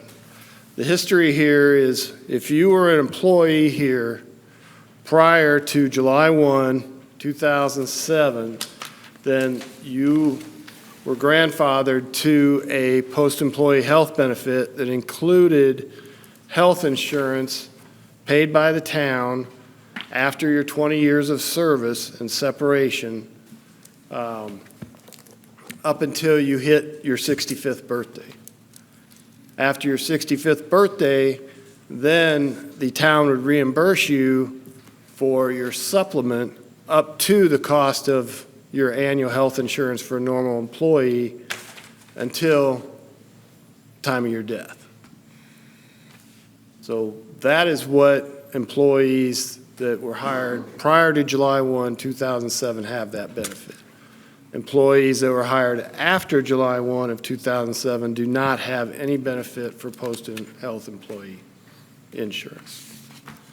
So the information that I provided with you tonight and that you have in your packet talks mostly about if you want to start including a post-employee health benefit, what that would look like for employees hired after that July 1, 2007 date, and what the projected cost of that would be.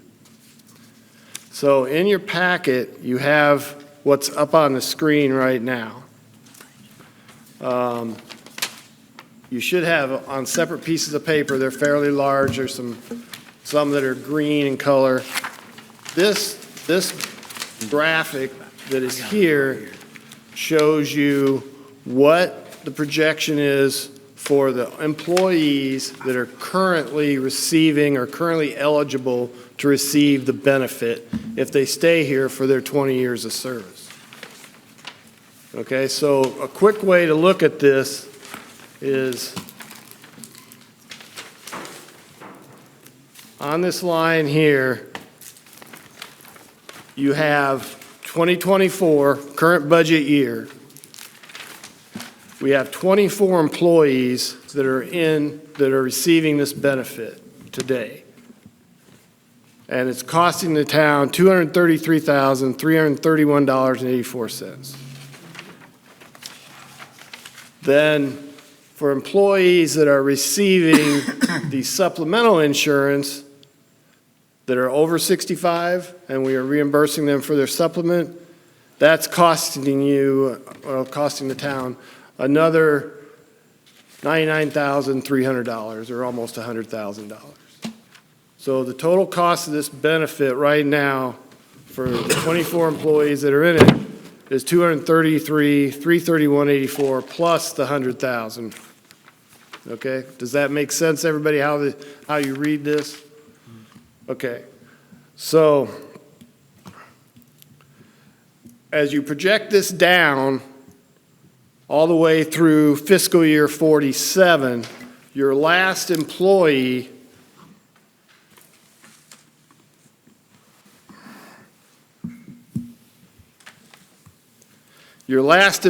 will fall off of this in fiscal year 47. You'll be down to only paying what is our current cost for annual insurance, $9,722.16. So all the other numbers that are in there are projected based on if employees stay here for 30 years, take full retirement and leave, those numbers will go up slightly, then they'll come down, and they'll come down all the way until they disappear in fiscal year 47. After that. Now, you'll still be paying that supplement Paying them out. because that is covered until the people die. And how long people live, and it's very difficult to project that number, and how many people will be in that pool at that time. But there will be no one else in your risk pool as it stands today, your health insurance risk pool, after fiscal year 47. So what he's saying is they would age out by this point and have to get a supplement. Okay, does that make sense to everybody? Are you with me so far? Okay. All right, so my question, I'm sorry. Sure. So your numbers here, 24, 24, 25, 24, 23, 22, 21. This is, these employees are already eligible for this? Is that what you're saying? they'll be eligible, like, if you But they go haven't to, met their 20 years yet. no. Okay, That's so we correct. don't know if these numbers are accurate because they potentially may not stay until they meet their requirement. This is based upon those who are currently hired. If they were to stay, Yes. this is a projected number. If a maximum, this is a worst-case scenario. Not a reality, but a worst-case scenario. I wouldn't say it's worst case, because there are worse cases, but, Money-wise, this is the maximum amount of money if everybody. it is not, because this is based on 30 years of service. And if people retire before 30 years service, between 20 and 30, you may see these numbers go up earlier. I see. And that would be a worst case, Okay, okay? I But understand. these are good numbers if nobody dies, nobody quits, nobody gets fired that's eligible today, and they work for 30 years. Right. These numbers are good, based on today's health insurance cost, You're exactly right. okay? Okay. Okay. So when we talked about this initially, we were predominantly talking about public safety. So that's all I looked at, okay? This is strictly police and fire for this benefit and for these cost projections. Not that you can't add other departments or add everybody in the town to it, and I can extrapolate that out, but water and sewer is a whole different ballgame. The electric is a whole different ballgame because they're their own funds. They're not going to impact the general fund. So this is a general fund, but it doesn't include anybody but police officers and firefighters, not administrative staff in either department. You have to actually be fighting fire or be able to make an arrest to qualify for this, okay? So what benefit, let me go to this chart first. Okay, so if you have this one in front of you, this section right here is what you just looked at, the prior slide. Okay? This is exactly what we were just talking about, the previous slide. This is all people that are currently in the system. Okay?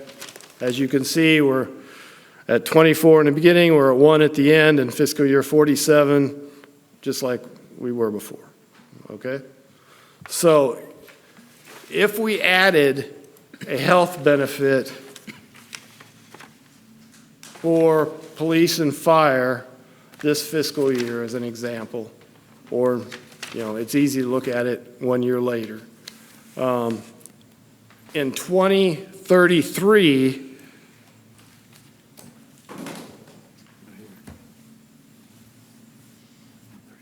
your first person would be eligible for this benefit. Okay?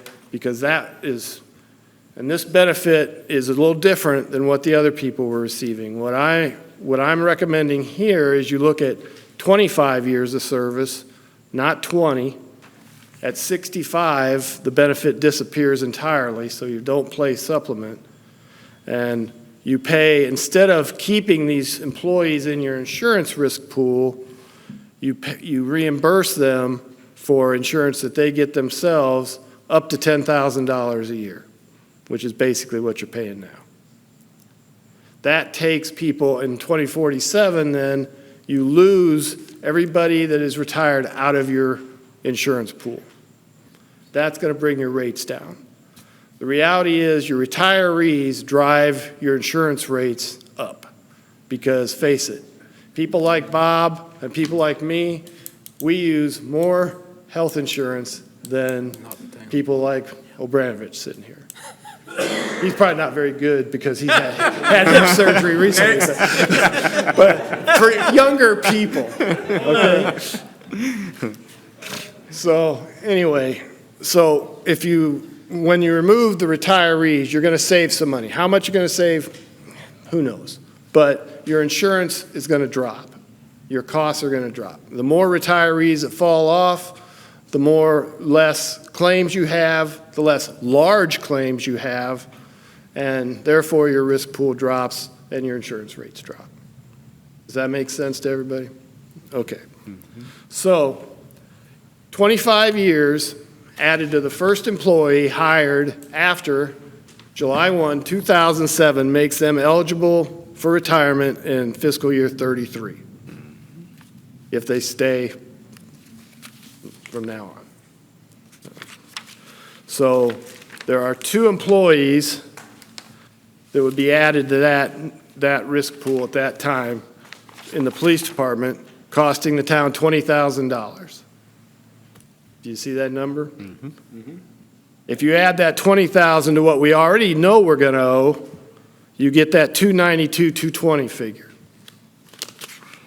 In the fire department, there's one employee that would fall into that category at 25 years. So it's $10,000 for them, bringing the total cost to $302,220 for that year. That does not include the supplement that you'll still be paying the people from 2007, which is probably going to be another $100,000 like you see on the top. So does everybody understand? And you can just look at this throughout the years, fiscal years, based on the employees we currently have, hired after July 1, 2007, working 25 years here. These would be the numbers that would be added to your costs. Does that make sense to everybody? Okay. Starting in fiscal year 4049, you see a large jump in the police department number. Goes all the way up to 230,000. I know that's a long ways into the future, anything can happen, but the reason that's a large number is because we have a large number of vacancies in the police department right now. And if you hire everybody and fill those vacancies this year, and they work 25 years, guess what? It's 2049. So you're going to see people start cashing in on those benefits.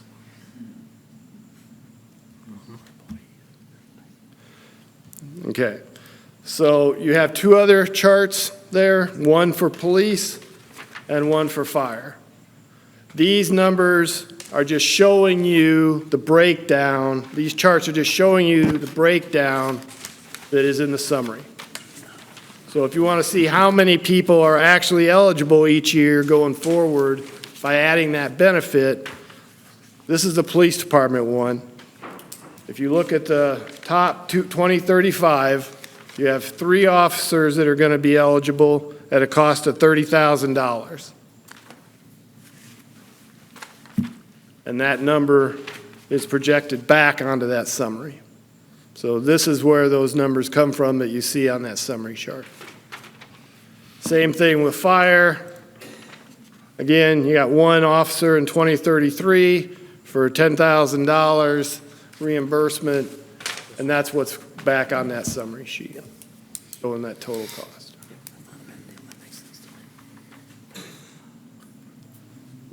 So this is kind of, these green charts are kind of the data that feeds the summary chart.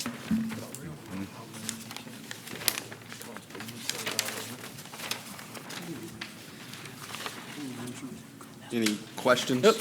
Okay. For the manager on this? Thanks for putting it together, Mike. A lot of good information here. Are there any other municipalities offering post-retirement benefits at this time anymore? There are some.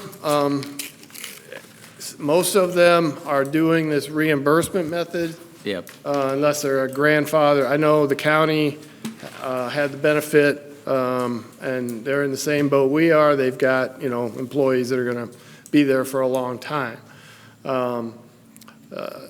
There are communities that are doing this. I don't know, a lot of them are doing a smaller number than $10,000. Some of them are doing $2,000 reimbursement. It varies across the board. But the cities that I have seen, or the counties that are incorporating a post-employee health benefit now, are doing it in such a way so that it doesn't affect their risk pool going forward. Yeah, I like that part. In other words, the reimburse. Yes. We're doing reimbursement. And that way it doesn't really matter your cost of insurance if it goes up. That's the figure that they're going to. The figure. Right, okay. Mayor, I have a few comments. Sure. Mr. Scott, thank you for providing this. I've talked to you about this, and I just think I need to make it clear that, looking at where we're at with staffing and with our town and having to be a competitor employee, this is extremely important that we find our ways of being competitive and a retention tool, not only that, a recruitment tool. The thing that we all know is it's hard to project what it's going to cost in the future because we see those numbers go up every year. Right. I would love for us to be able to bring that benefit back, but obviously without a plan, you can't. And you can't measure that number. But again, our employees deserve to have the option, and this would step us out from some of what our competition are, that keep good employees. I've done some research, and Mike, I talked to you a little bit about this, and I think it's important that we don't just not have a plan. I think we need to, make a decision if we're interested in moving forward with this. But reality is, there's got to be a plan. And I've done some research, and it only seems fair, you talk about hires today, and I understand your intent, you've got to map it out. But we've also have a group of employees that are in the donut hole, if that's what you want to call it, from '07 till today, that would have some interest in this program. And I think that for the measurement of math and the 10K figure, you give us a benchmark. But reality is really hard to predict what that may be. But I would ask that we continue to look into this. I think it's important that we look at some type of a stair-step entry.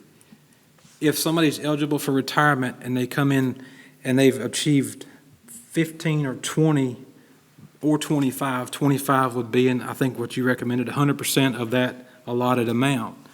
Perhaps 20 would be a stair step, and then 15, etc. But the most important thing is I think we need to get feedback from our employees and what's their interest.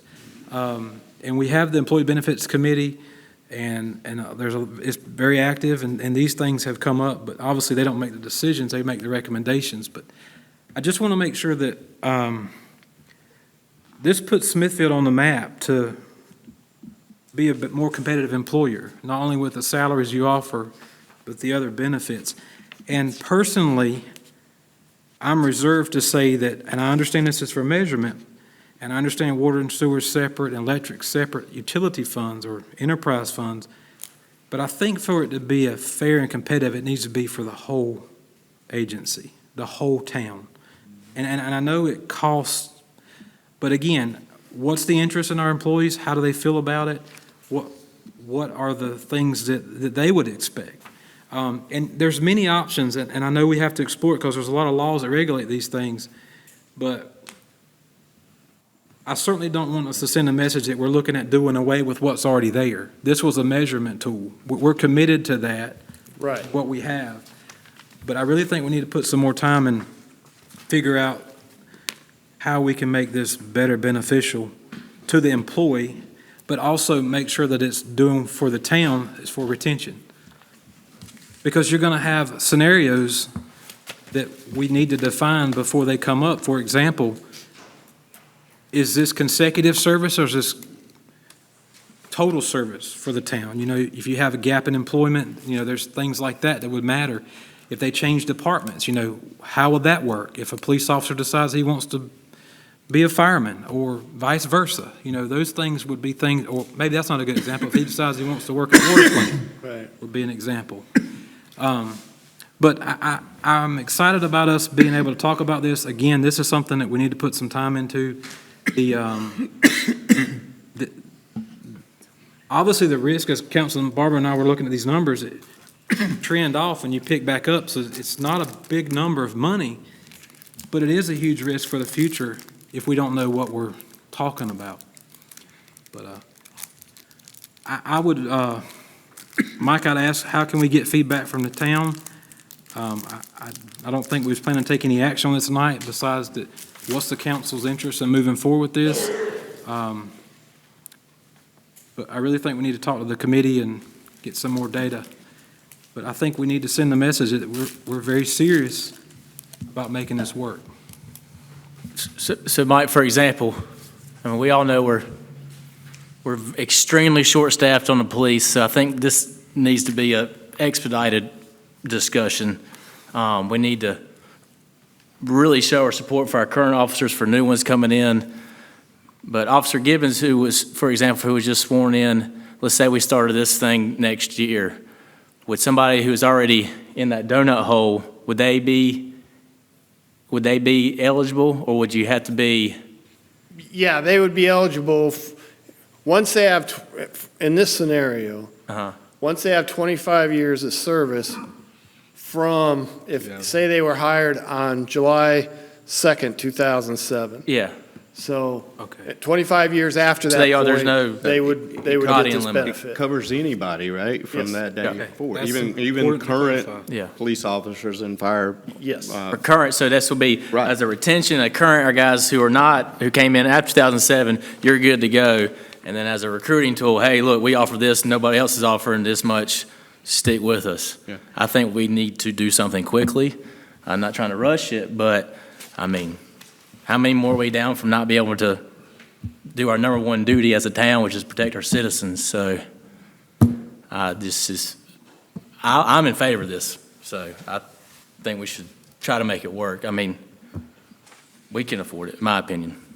Mayor, just comment to go along with Councilman Stevens. It's hard to measure what it costs when somebody resigns from your agency. The training that you invest in them, the equipment, the time, all that, that's something that's not really measurable. But for having good leadership and good pay and good benefits is what those guys deserve. And this is one of those things. And we really won't be able to measure it, but I hope that we see greater retention. Well, I'll only say this. No one is going to qualify for a new benefit until fiscal year 33, if you go with 25 years, because that's 25 plus 2007. Right. Okay? So you can easily work with police and fire now because that's where your problems lie. Right. And incorporate the rest of the town at a later date or do whatever you want to do. And when I say now, I don't mean tonight, okay? Right. But you don't have to figure it for everybody immediately because nobody is going to be impacted until at least fiscal year 33. So you've got some time to figure this out. But the idea, way I heard it, was you want to try to stop, I guess for lack of a better term, you want to try and stop the bleeding in the police department from people leaving and create a reason for the new officers to come and for existing officers to stay with a post-employee health benefit. And this is the best way, in my opinion, to do that. Because having 25 years means you're getting the most retention out of them that you should get. You know, I am concerned with the 20 years or something less that they'll put in those 20 years or those 15 and take what they can get and then go somewhere else that might be willing to give them more money. If retention is the goal, then you need to keep them here as long as you can. I also want to reiterate what Councilman Scott said. In no way does any of this impact the people that were hired prior to July 1, 2007. Those retirees, this doesn't change anything for them. This is just showing you what the cost of it is.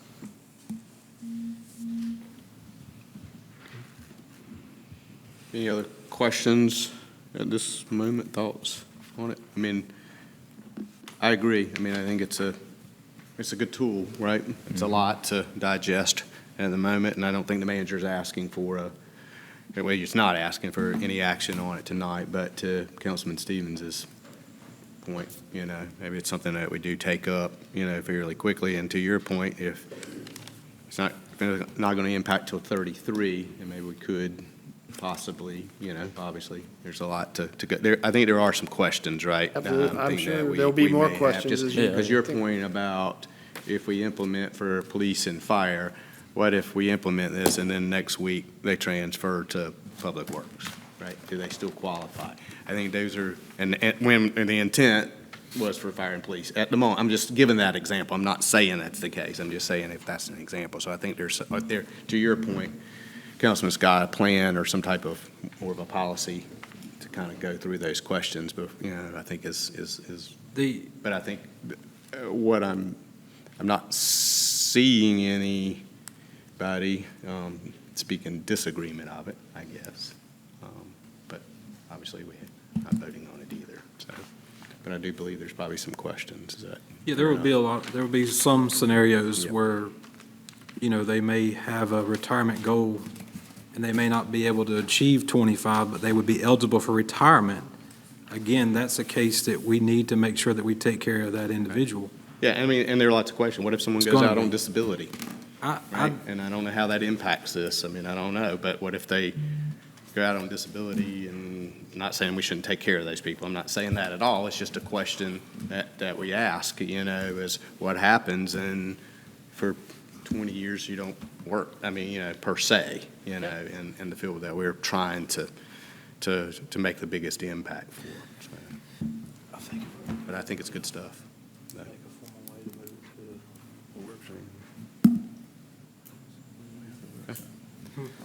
All right, thank you, sir. Appreciate it. All right. We will move now to business item number 4. Consideration and request for approval to accept the bid from Carolina Phones and Alarms in the amount of $21,885 for a new fire alarm system for the police department, and to approve the additional expenditure to APR Construction not to exceed $8,640. Also approval to use contingency funds for these expenditures as needed. Chief? Good afternoon, gentlemen. I wanted to ask for acceptance of the bid from Carolina Phone and Alarms for a new fire alarm system in our building. Basically, when we have the new building that we're building now that's currently under construction. Part of the plan was to put in smoke detectors in the ductwork, and that was okayed in the original design plan. Well, later on, when we started to do our remodel, which means that when we're doing remodeling in the old section of the building, we can't move that stuff until we can occupy the new building. So we can't, so we're at a kind of like a pause right now on our building, because like I said, we can't move the stuff out of the old building to move into the new building, because when we started to look at some of the fire codes that have been updated, our old system that's in the old building will not support the new building. Does that make sense? So the fire alarm system has been in the old building for at least since it's been built, which is about 27 years. Therefore, when we start to add in a new system, it's like anything. When you start to upgrade stuff, you have to upgrade the whole entire system then. Not only that, like I said, the system is 27 years old. And at any point in time now, if we have a situation with the alarm going out on it or the equipment going bad, from my understanding from talking to different fire companies or fire suppression companies and the fire chiefs and stuff, the parts may not be available for our current system. So what I'm asking to do is, we have gotten, we had requested 3 bids. One company didn't even bid on it. The lowest bid was $21,885 from Carolina Phone and Alarm, and that's to replace the fire system in the old building, completely redo everything. So we should be good for plenty more years after this, and the system will be upgraded. Plus, it will give us what we need for the new building as well, so that the two work together. Because part of the initial plan was for the old building to work with the new building. However, because the system's so old, it's not going to work that way. And like I said, the amount was $21,885. That is for the lowest bid. Then there is another projected cost of $8,640 from APR, which is doing the construction. We're requesting that amount as well. However, we may not need the $8,640 if we don't have to tear out any kind of drywall or have to replace any receptacles, things of that nature. We just included that because we won't know until we get in there to replace the actual system. So the total amount is $30,525 to upgrade the system in the existing building and into the new building. And if you got any questions about the specifics of the fire equipment itself, about the suppression system, fire department's here that they can help assist as well and can kind of explain to you. The system, like I said, is 27 years old. It's outdated, so it's hard to match the two because everything's got to be brought up to code. It's like anything we do here, any kind of building. If we have a business comes to town, they have to take the old system and upgrade it to the new system. This was kind of like an unplanned expenditure that we had, but like again, the building's being put on hold until we can work out the fire alarm system because, again, we can't occupy the new building by fire code until we get the old system replaced to go with the new system to switch it out. Does that kind of make sense? Any questions for Chief?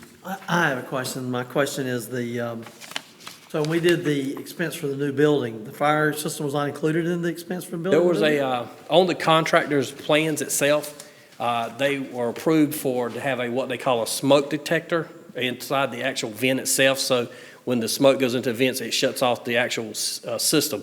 But there was nothing in the plans where the contractor, there was a block check where the contractor didn't have to provide any kind of fire alarm monitoring system, as far as like lights and your sirens. There was in the plans for actual smoke detector at the time. Then when we went to do the actual fire inspection, that's when we realized that we actually have to be up to code on some other things, the way the building works.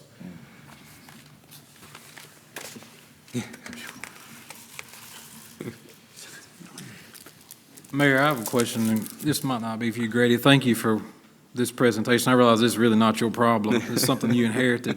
My concern is we have budgeted the $8,640 in the capital outlay for this fiscal year, and this mentions the additional. So you said you might not need that. Can you explain that? Yes, sir.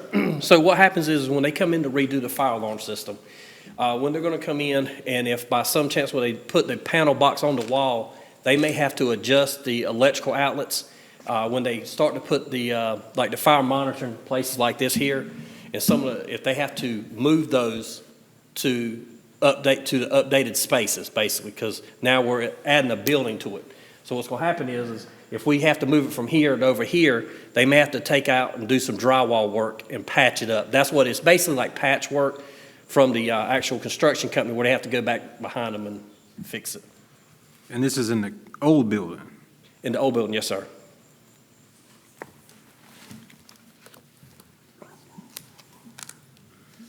Is this going to be it? Sir, I hope so. I hope this is building done before I retire. If it's approved, how long will it take to get it done? Well, we have already spoke with the Carolina Alarm and everybody that bid, and it's going to be one of those ones. As soon as y'all approve it, I will call them tomorrow and say, come do the work, and I'm going to make arrangements to be there. We're going to try to do it on a weekend so that it doesn't interrupt services to the public and to the staff. Plus, when you're taking out a fire alarm system, we want the least amount of people in the building as possible. So I'm going to come in on Saturday, and they've got about 2 days to do it. And then once we have that done, then the actual contractor can get back on progress to where he needs to be to start doing the remodel work. Well, let me rephrase that. So it depends on when the fire marshal comes in and approves it after that. Once the work itself That's going to be the done. next day. Yeah, so. That afternoon. Afternoon, as soon as he can come in. We're going to get this police department open Start moving stuff one of back. these days. So any cooperation, gentlemen, as far as the time of inspection. Yeah, but the alarm system itself, like I said, is going to be a quick turnaround process. We're hoping within a week or two, it should be done altogether. And honestly, I mean, I joke, right? But I mean, this is safety. Yeah, right? it's a safety So, issue. I mean, this is what you're saying, the strobe lights, the alarms. Does this include safety lighting as well? Yes, exit signs. Right. So, I mean, I kind of saw the frustration on Councilman Barber's face, right? And that's why I kind of chuckled a little bit, is that this project has kind of come way over budget. And That's part of the reason why we're asking for this to redo the old building, is because some of the alarms we have now, I believe, correct me if I'm wrong, is they don't have audible on some of them that should have audible now, or they don't have a strobe in certain places that we should have it by code now. Is that correct? Yeah. So the system's just so old, it wasn't designed for that. So, and again, my point is that, you know, it's a bit frustrating, right? And especially, I blame the contractor on this, right? And I blame the contractor on some of the other things, to be quite honest with you, right? But, I mean, the building looks great. I think they've, you know, done a good job, and I think we're all pretty anxious, and I know your staff is anxious to get this open, right?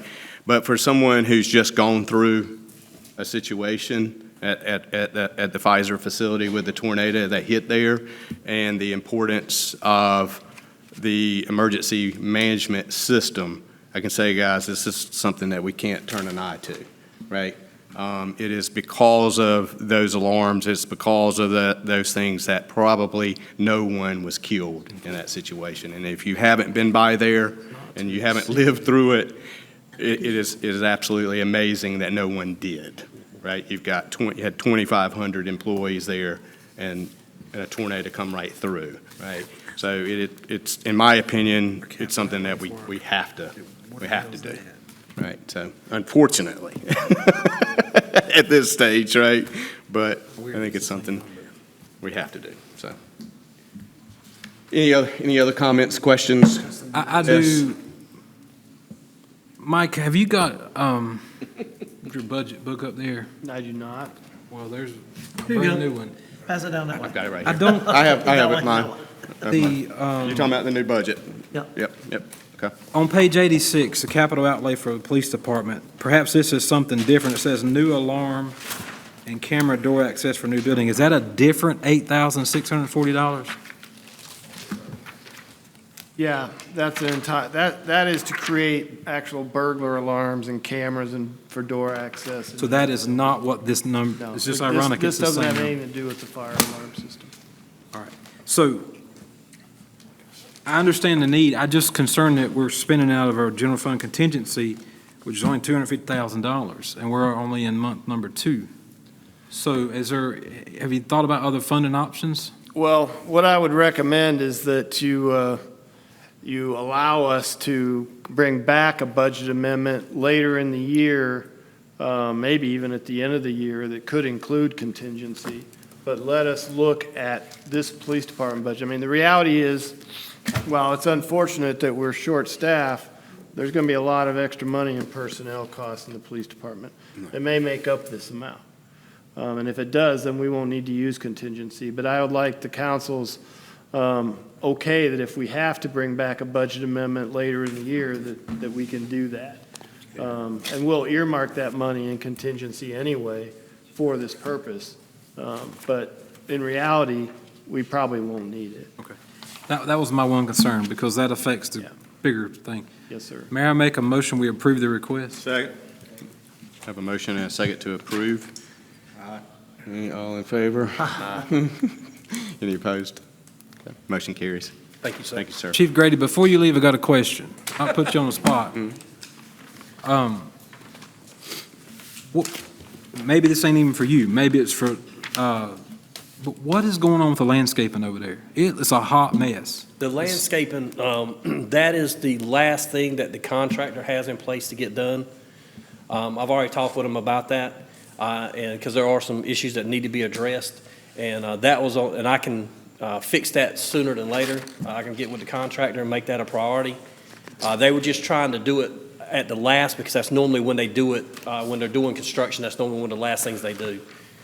Because they were still, bringing in supplies and materials and big trucks and things of that nature, and contractors parking. But if that's a issue, we can definitely get on that. Just speed it up what we can. Yeah.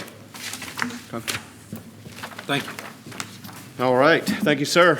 Appreciate it. All right, we will now move on to council members' comments. Any council members' comments? Mayor, I have a few comments be very brief, but it's, we've covered a lot of ground tonight, and we've kicked the can a few times. But I think that some of these topics that we've talked about, we need to have a workshop. I don't know if that's the right word for it. A secondary meeting, whatever. Because Mr. Winsman deserves time with us to go over some of these things that we've discussed, the employee benefits. We've also got the recent $200,000 that the fire department's been awarded from the county that we need to talk about their staffing. These things are things that we need to address. I would ask that we have some type of meeting, have the clerk get us together. We got some more business to talk about. I think that's extremely important. And the other thing that I think that I would want to ask this to happen, perhaps as soon as possible, we met our new police chief tonight informally. He's coming on next week. I would like for the council to have a chance to have a discussion with him as a group. Public setting's obviously fine. Set some goals and talk about some things that, I'm sure he'll have time to spend with his staff. But, we talked about this in session before, but we've got some ground to cover to make things better for our employees. And I feel like that he needs to hear from the council. Okay. Thank you, sir. Anyone else? Yeah, Mr. Mayor, I got a few myself. First, just kind of dealing with little safety issues. I know last week there was a video that was surfacing on social media, and I know I sent it to our town manager. I think I sent it, Mr. Johnson. I don't know if I sent it interim graded in, but there was an issue over the Aquatic Center late evening, and probably about 4 or 5 guys just came off the street, walked past the desk, and then they went in there and they jumped the guy. I mean, they just went in there and pretty much beat him up. About 2 or 3 minutes later, they seen him walking out. This past Saturday, they hosted an AAU basketball tournament over there at the Aquatic Center. I guess there was games all day Saturday. They was gonna pick back up on Sunday. Well, I get a call early Sunday morning because one of the score clocks had been stolen. So they didn't have a way of pretty much, timing the ball game. So I have a portable scoreboard that I brought over there. So in bringing it over there, I just kind of stayed in the gym a little bit just to watch some of the basketball games or whatever. On Sundays, I guess the Aquatic Center don't open up to about 1 o'clock. So there was one little gentleman that was behind the desk. He was having to man the desk, run the concession stand, and as some games were played, a fight was getting ready to break out. I mean, here we are with teams from out of town, Dudley. These are rival teams, rival areas, Mount Olive. And we never know what kind of drama that these people are bringing, to Smithfield, to our areas. And then the main thing is that, people were coming, they do the mission through the back door. I mean, no kind of security, no kind of metal detectors, and I mean, just the way in the world we were living in now, I mean, it could have been easily that them kids, them parents could have been bringing in weapons, guns, or anything. And, that was a very serious time just being over there and this witnessing, and it was just one little guy working there. And, I kind of think about it now. I'm like, what kind of adults are over at the Aquatic Center, in the evening time? I mean, I don't know. I go back to JCC basketball season last year when no police officer showed up that night. I don't even think, they probably didn't even know that night. And the fight was going to break out. And you had 2 young employees, there they were. And I just think, we need to do something. If they're going to be hosting tournaments over there, we need to put something in place. And, because you just never know what the out-of-town drama or anything that's going to bring. So that's definitely, it's an issue. Another issue, part of that, back in June, one of the local guys that do throw tournaments over there, he called me because he was getting some riffraff about having to have a permit to sell concessions and do whatever during a basketball tournament. And I've never known that we had to approve for somebody to sell concessions or do anything at a basketball tournament over there. People, they'll grill out food, they'll do anything. So he went through the hassle because one of the directors over there told him he had to have a permit. Well, this weekend, they was out there with the grills, with everything else, and that same guy happened to go over there. It wasn't his tournament, but then it kind of made me feel a certain way. But, then again, it wasn't nobody over there to police the wrongdoing that this out-of-town group, did to host the tournament. So it's got to be some policing from the staff standpoint over there, too, on the weekends on basically what's going on. So that's definitely big. There's a tournament scheduled for this weekend, and I mean, it needs to be some kind of policing, some kind of safety measures put in there. 3 weeks ago, I was in Rocky Mount at a conference. They have a huge Rocky Mount event center. When you go in their event center, when they hosting basketball tournaments, you're going through a metal detector, you're going through everything.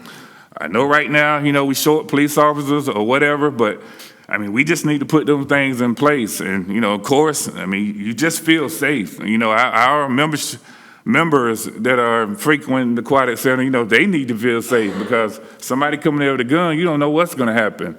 So I just think we definitely need to put some safety measures definitely in place. And, along with that lines,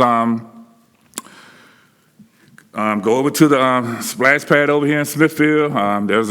I ended up sending a message to our town manager. Kids going back and forth, and this has been a thing. I did see in the manager's report that we're looking at some whatever safety measures, but I'm over there pretty much every evening. As it gets dark, dawn to dusk, and as it get dark.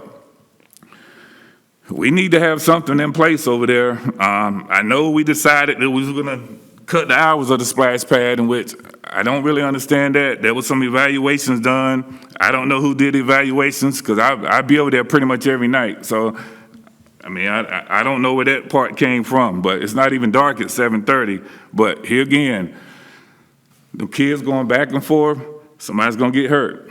I mean, I'm just seem like we reacting instead of being proactive. So I'm just definitely throwing it out there, We even mentioned about putting up some barriers. People have been driving on the basketball courts and stuff. I mean, we talked about it, kind of haven't heard anything, but Saturday evening, somebody was driving on the basketball court, driving around and stuff, and somebody's going to get hurt. So I definitely just want to put these safety measures out there. This is all safety. I mean, because somebody's going to get hurt, and I just want to be proactive.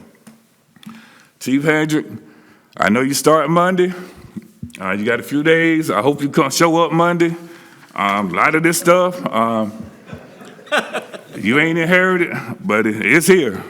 As I told you when I first met you earlier, I did have a chance to meet your soon-to-be former mayor from Robersonville, Mayor Brown, and she just told me how much of a community guy that you are. I hope you bring that same, community-minded spirit here to Smithfield, because I'm pretty sure you've heard about me and talking to whoever. But, I know Robersonville is a little smaller than Smithfield, but I know you came from Florida in a big environment. But, here in Smithfield, we have some issues. I mean, we definitely have some issues. Back in 2020, the council signed a resolution, 660, and this was during the George Floyd, after all that went on with George Floyd, on some of the things that we would do as a council. If you do an inventory of your department right now, you'll notice that we, as a council, and this police department is not upholding what this resolution says. And I keep up with this. And part of this is our police force is not a representation of our community. And as of a few weeks ago, I heard we don't even have any blacks on the police force. None, zilch. But that's what this says, signed by everybody on this council. I just hope we can turn some things around. And this is not just a you thing, this is a me thing too. I want to help bring people here. But also, it talks about some of the racial profiling and some other things. I mean, it's in this. And I'm the biggest supporter of the police department, but I hold y'all to a higher standard too. You have a tough job. All of them have a tough job. But I want to be able to hold y'all to a higher standard also. And as you come here, I want to be a part of the solution. I can sit up here and talk, but I want to be a part of the solution. So I definitely want to welcome you. But we just need some changes here in this department. I did read in the manager's report that we do have some body cameras, I guess, coming soon, I guess, whatever. We need them. We need them. There was an incident on July the 5th on Lee Street, right by Smith Collins Park. Mark Lane was there. Mr. Thomas Lee, he showed up. But there was an incident that I started filming myself. I didn't know what that guy did. I don't know. I don't know what he did beforehand. I wasn't justifying it. But having body cams, because what they did to that young man, they picked him up, they slammed him. They slammed him right in front of his little kids crying. The only person that has that video is me. Because the police cars, they couldn't pick it up. I know they didn't pick it up how they angled. But for what happened that day, you know, that could have been something serious right here in the town of Smithfield. So I just hope, you know, whenever the body cams get here, we need them for the sake of the police officers and also for the sake of the citizens and also accountability. So, you know, not ranting, you know what I'm saying? I just want to help and, you know, just continue to make this town safe. And I know we short staff, but whatever we can do, you know, to pick up the morale and do everything. Chief Grady did all he could do, you know what I'm saying? But, you know, we got to work together as a community. We got to police our own neighborhoods and everything. But, you know, I'm your biggest supporter, and I'll probably be your biggest critic, and that don't mean anything. It don't mean anything, but that's just how the team should be. So I look forward to working with you. That's all I have to say. But the whole thing is about the safety around here, about the safety. And last thing I will say, our power went out in East Smithfield for about 4 hours last night. The manager was about spot on about what time it was going to come on. So for about an hour last night, because one, my phone was dead, I could have went over to the Waffle House and just plugged it up. But I rode from Pine Acres all the way to where it was dark at. It was pitch dark, and for about an hour, and I didn't never see a police car. It's dark. It should have been a police car riding through there. In my take, in the dark area, you have elderly folks living there. I had a few calls, but I mean, I just hope we can do better, and we will do better. That's all I got to say, Mayor, Council. Thank you. Anyone else? Yes, sir.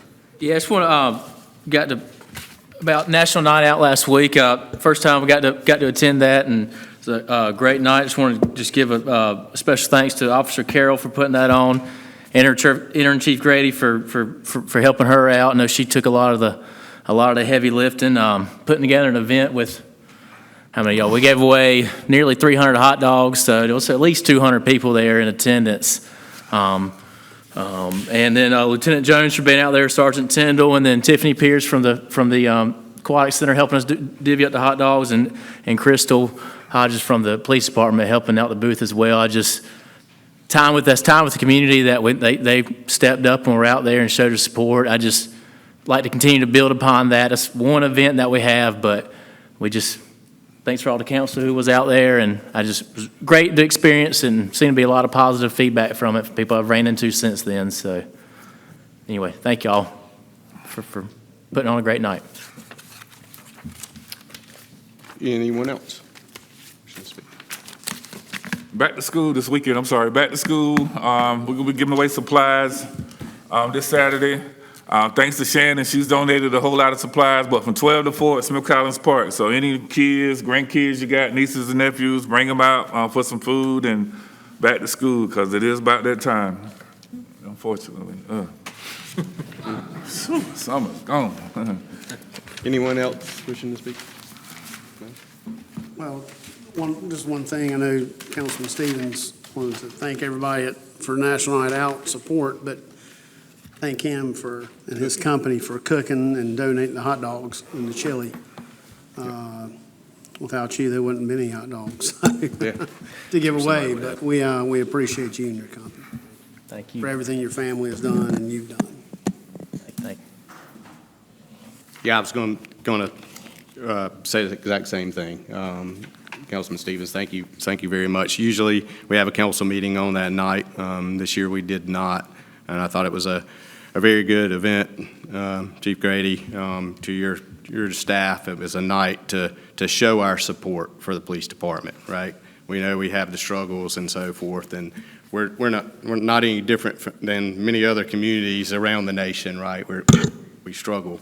It's not to say that we shouldn't strive every day to make improvements to our entire organization, not just the police department, but the entire town of Smithfield. Yeah, the power last night, I did want to say, Ted, to your team, we had the transformer to get struck by lightning, and I think they did a great job of getting that back on safely, working in the middle and in those conditions and so forth. So I just wanted to say, thank you for that. I did ride around, just to let you know, I did ride around and I did see police officers out there, and there were police officers in East Smithfield, actually. So I did personally. No, that's okay. I personally saw them. But I also know that you were probably pretty busy, with other areas too. But Ted, to your staff and so forth, and to probably, the entire emergency management staff for being on standby, in those situations when alarms are down and everything else, the fire department has to be on standby and everything. But did want to just say, thank you, Ted, if you can share that with your team. Again, those are the men and women that usually are not up front, like the police and the fire department and the EMS teams and so forth. That we sometimes forget to thank, and in situations like this, it's necessary that we do send that thank you for them. It's unfortunate that it went out, but those things do happen. But yeah, so thank you all very much, and Mr. Manager, we'll turn it over Mr. to Mayor, you. Yes, sir. I have one other question. Sure. Just so we can get some clarification from Councilman Lee's comment concerning the food trucks or grills. Were they parked on the property of the Shrike, or? No. They were not? No food should be associated. From what I got at the last tournament and what the last people were told, that no food should be associated with any events over there. But no, they wasn't there. Yeah, I'm just trying to get clarification. So is there a policy in place for that? I don't know. I'm just trying to help resolve that issue for the future. Gary, you want to come up and answer the question about the food at the community park Don't mean to area? put you on the spot, Gary. Gary likes to be on the spot. It's I'm okay. just trying to resolve it for the future, There's no goods sold on town property, and that is the policy that we've always followed. Be it in the park, at the aquatic center, or anywhere else. We don't allow yard sales, food trucks. Now, if a group is having a family reunion at the shelter and they've reserved the shelter and they bring in a food truck specifically for that purpose, for their event, not for public sale, not for public consumption, that is fine. But for sale on town property is not allowed. So this particular instance, just to make sure, was not on town. I don't know of anything sold on town correct, property. Councilman Lee, just to be. What they do, they'll park it on the Triple S. They'll park there, pretty much. Okay. So is that where Bring it this across. If it was, if it was for sale, I don't know anything about for sale. If a team brings in a grill to cook for their personal use, number one, I don't have any control over at the Triple S parking lot unless we request its use or request facilities. Now, we would allow them to use the grill at the shelter. We ask that they not do it in the parking lots, tailgating. But if they want to rent a shelter, use a shelter or whatever for grilling, don't have a problem with that, provided it's for team use or personal use. So I'm assuming they were in Triple S parking. And it's the same thing that the last guy who was going to do a tournament, the same thing he was going to do, but he was told he had to get a permit. Oh, okay. He was told he had to get a permit. So then he's over there this weekend, another tournament's going on, them guys out there cooking, selling plates. So, we're going to have a blind eye to one, have a blind eye to everybody. Somebody needs to be out there, and, that's just my thing. I do know the guys this weekend were told they could not sell or grill on town property. Now, I do know that for a fact. But did y'all know they was out there selling? I I didn't know that was out there. I Okay. didn't hear about it until today. I was out of town, but I heard about it today and I looked into it. Okay. Well, and So again, I was I don't think there's trying to much, for I the future. mean, unless, I don't think there's a whole lot we can do if it's not on town property. I do see the point, though, that you're making, and, you know, maybe we can check into that further, you know, at least, but unfortunately. All right. Mr. Manager, turn it over to you, sir. Thank you, Mr. Mayor. I don't have much. I do want to remind the community that we have our River Rat Regatta this Saturday at 5 down at the riverfront at the boat ramp. They have a concert following at the amphitheater. Ready, Set Radio will be playing following that. So right now, it looks like we've got good weather. Ted assured me that the river's not going to be too high. And we're all looking forward to a great event this weekend and bringing people downtown. So if you get a chance, please stop by. Remind everyone, the council, if you haven't turned in your audit forms yet, please do so. The auditors need those forms. Basically, they're the forms that say, you know, you're not aware of fraud, or you are aware of fraud, or, you know, your involvement with the town specifically, things of that nature, that we fill out every year. Councilman Lee mentioned the body camera initiative. You might recall that Wiley Nichols' office helped us file a grant for body cameras that would include enough body cameras for the police department, some extra ones, as well as data storage for that, which is a big deal with the body cameras. And that has been moved forward, so we're very pleased to see that. So hopefully it'll stay in the federal budget. We probably won't hear much about that until the 1st of October, when the fiscal year for the federal government starts. So when do they get them? Or do we have, I mean, Well, they're not totally approved yet. They're just Oh, okay. moved forward in the process.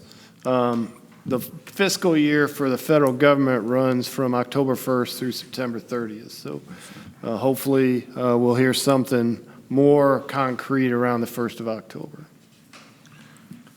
And if that's the case, and we're awarded that grant, then as soon as they can get us the paperwork, we can get them ordered. I know Chief Grady has got all the data ready to go.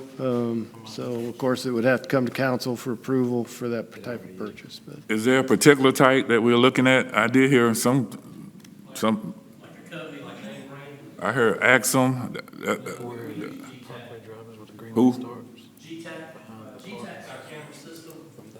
And the reason why we're looking at them is because either Breaks would have a car camera system itself. If you go with Axon, a body camera, then you've got two different systems, and then you got to pay two different storage fees. Okay. And the storage fees is what always gets you. So if we go with GTAC, which is what our car camera system is, that we got on all the car cameras, then we just, we just call them up and say, we need to get these cameras, and then that's basically shipping us the camera itself, and it's already working for the camera system. It's already designed for that. So one fee, Matter of fact, one fee for, like, one fee. Yeah, one fee, yeah. Yeah, for the data. Okay, Yeah. Storage. Yeah, so the storage would be included in the bill. So when our car camera system comes in, then you have the included Yeah. storage. It's basically going to come in the same bill. Same time, okay. Yeah, they can kind of prorate it too, based on when we get the cameras and get the body cameras as well. GTAC works with us pretty good, so that's why we went with them. And that's enough storage. They can provide enough storage for the amount of time we have to. To hold keep everything, the yeah. file. Yeah. And everything's going cloud-based. We were looking at servers, but talking with the IT, with Eric, everybody and all the other agencies are going with cloud-based storage. It does cost a little money, and honestly, that's where the money comes from, is actual storage, because you have to remember, when you have the storage, it eats up a lot of memory. So that's why it costs as much for the storage as it does for the units. Because there's so many years you have to keep certain Yes, sir. videos. Yeah, because you have to always remember, every time one officer goes somewhere, you have the officer's car camera and his body camera working, so you have two camera systems. So if you have two officers there, that's basically four camera systems going, and for every minute, and if you have a DWI, you get on scene, the DWI takes you 3 hours, and that's 3 hours of video times Right. two, so that's 6 hours of video.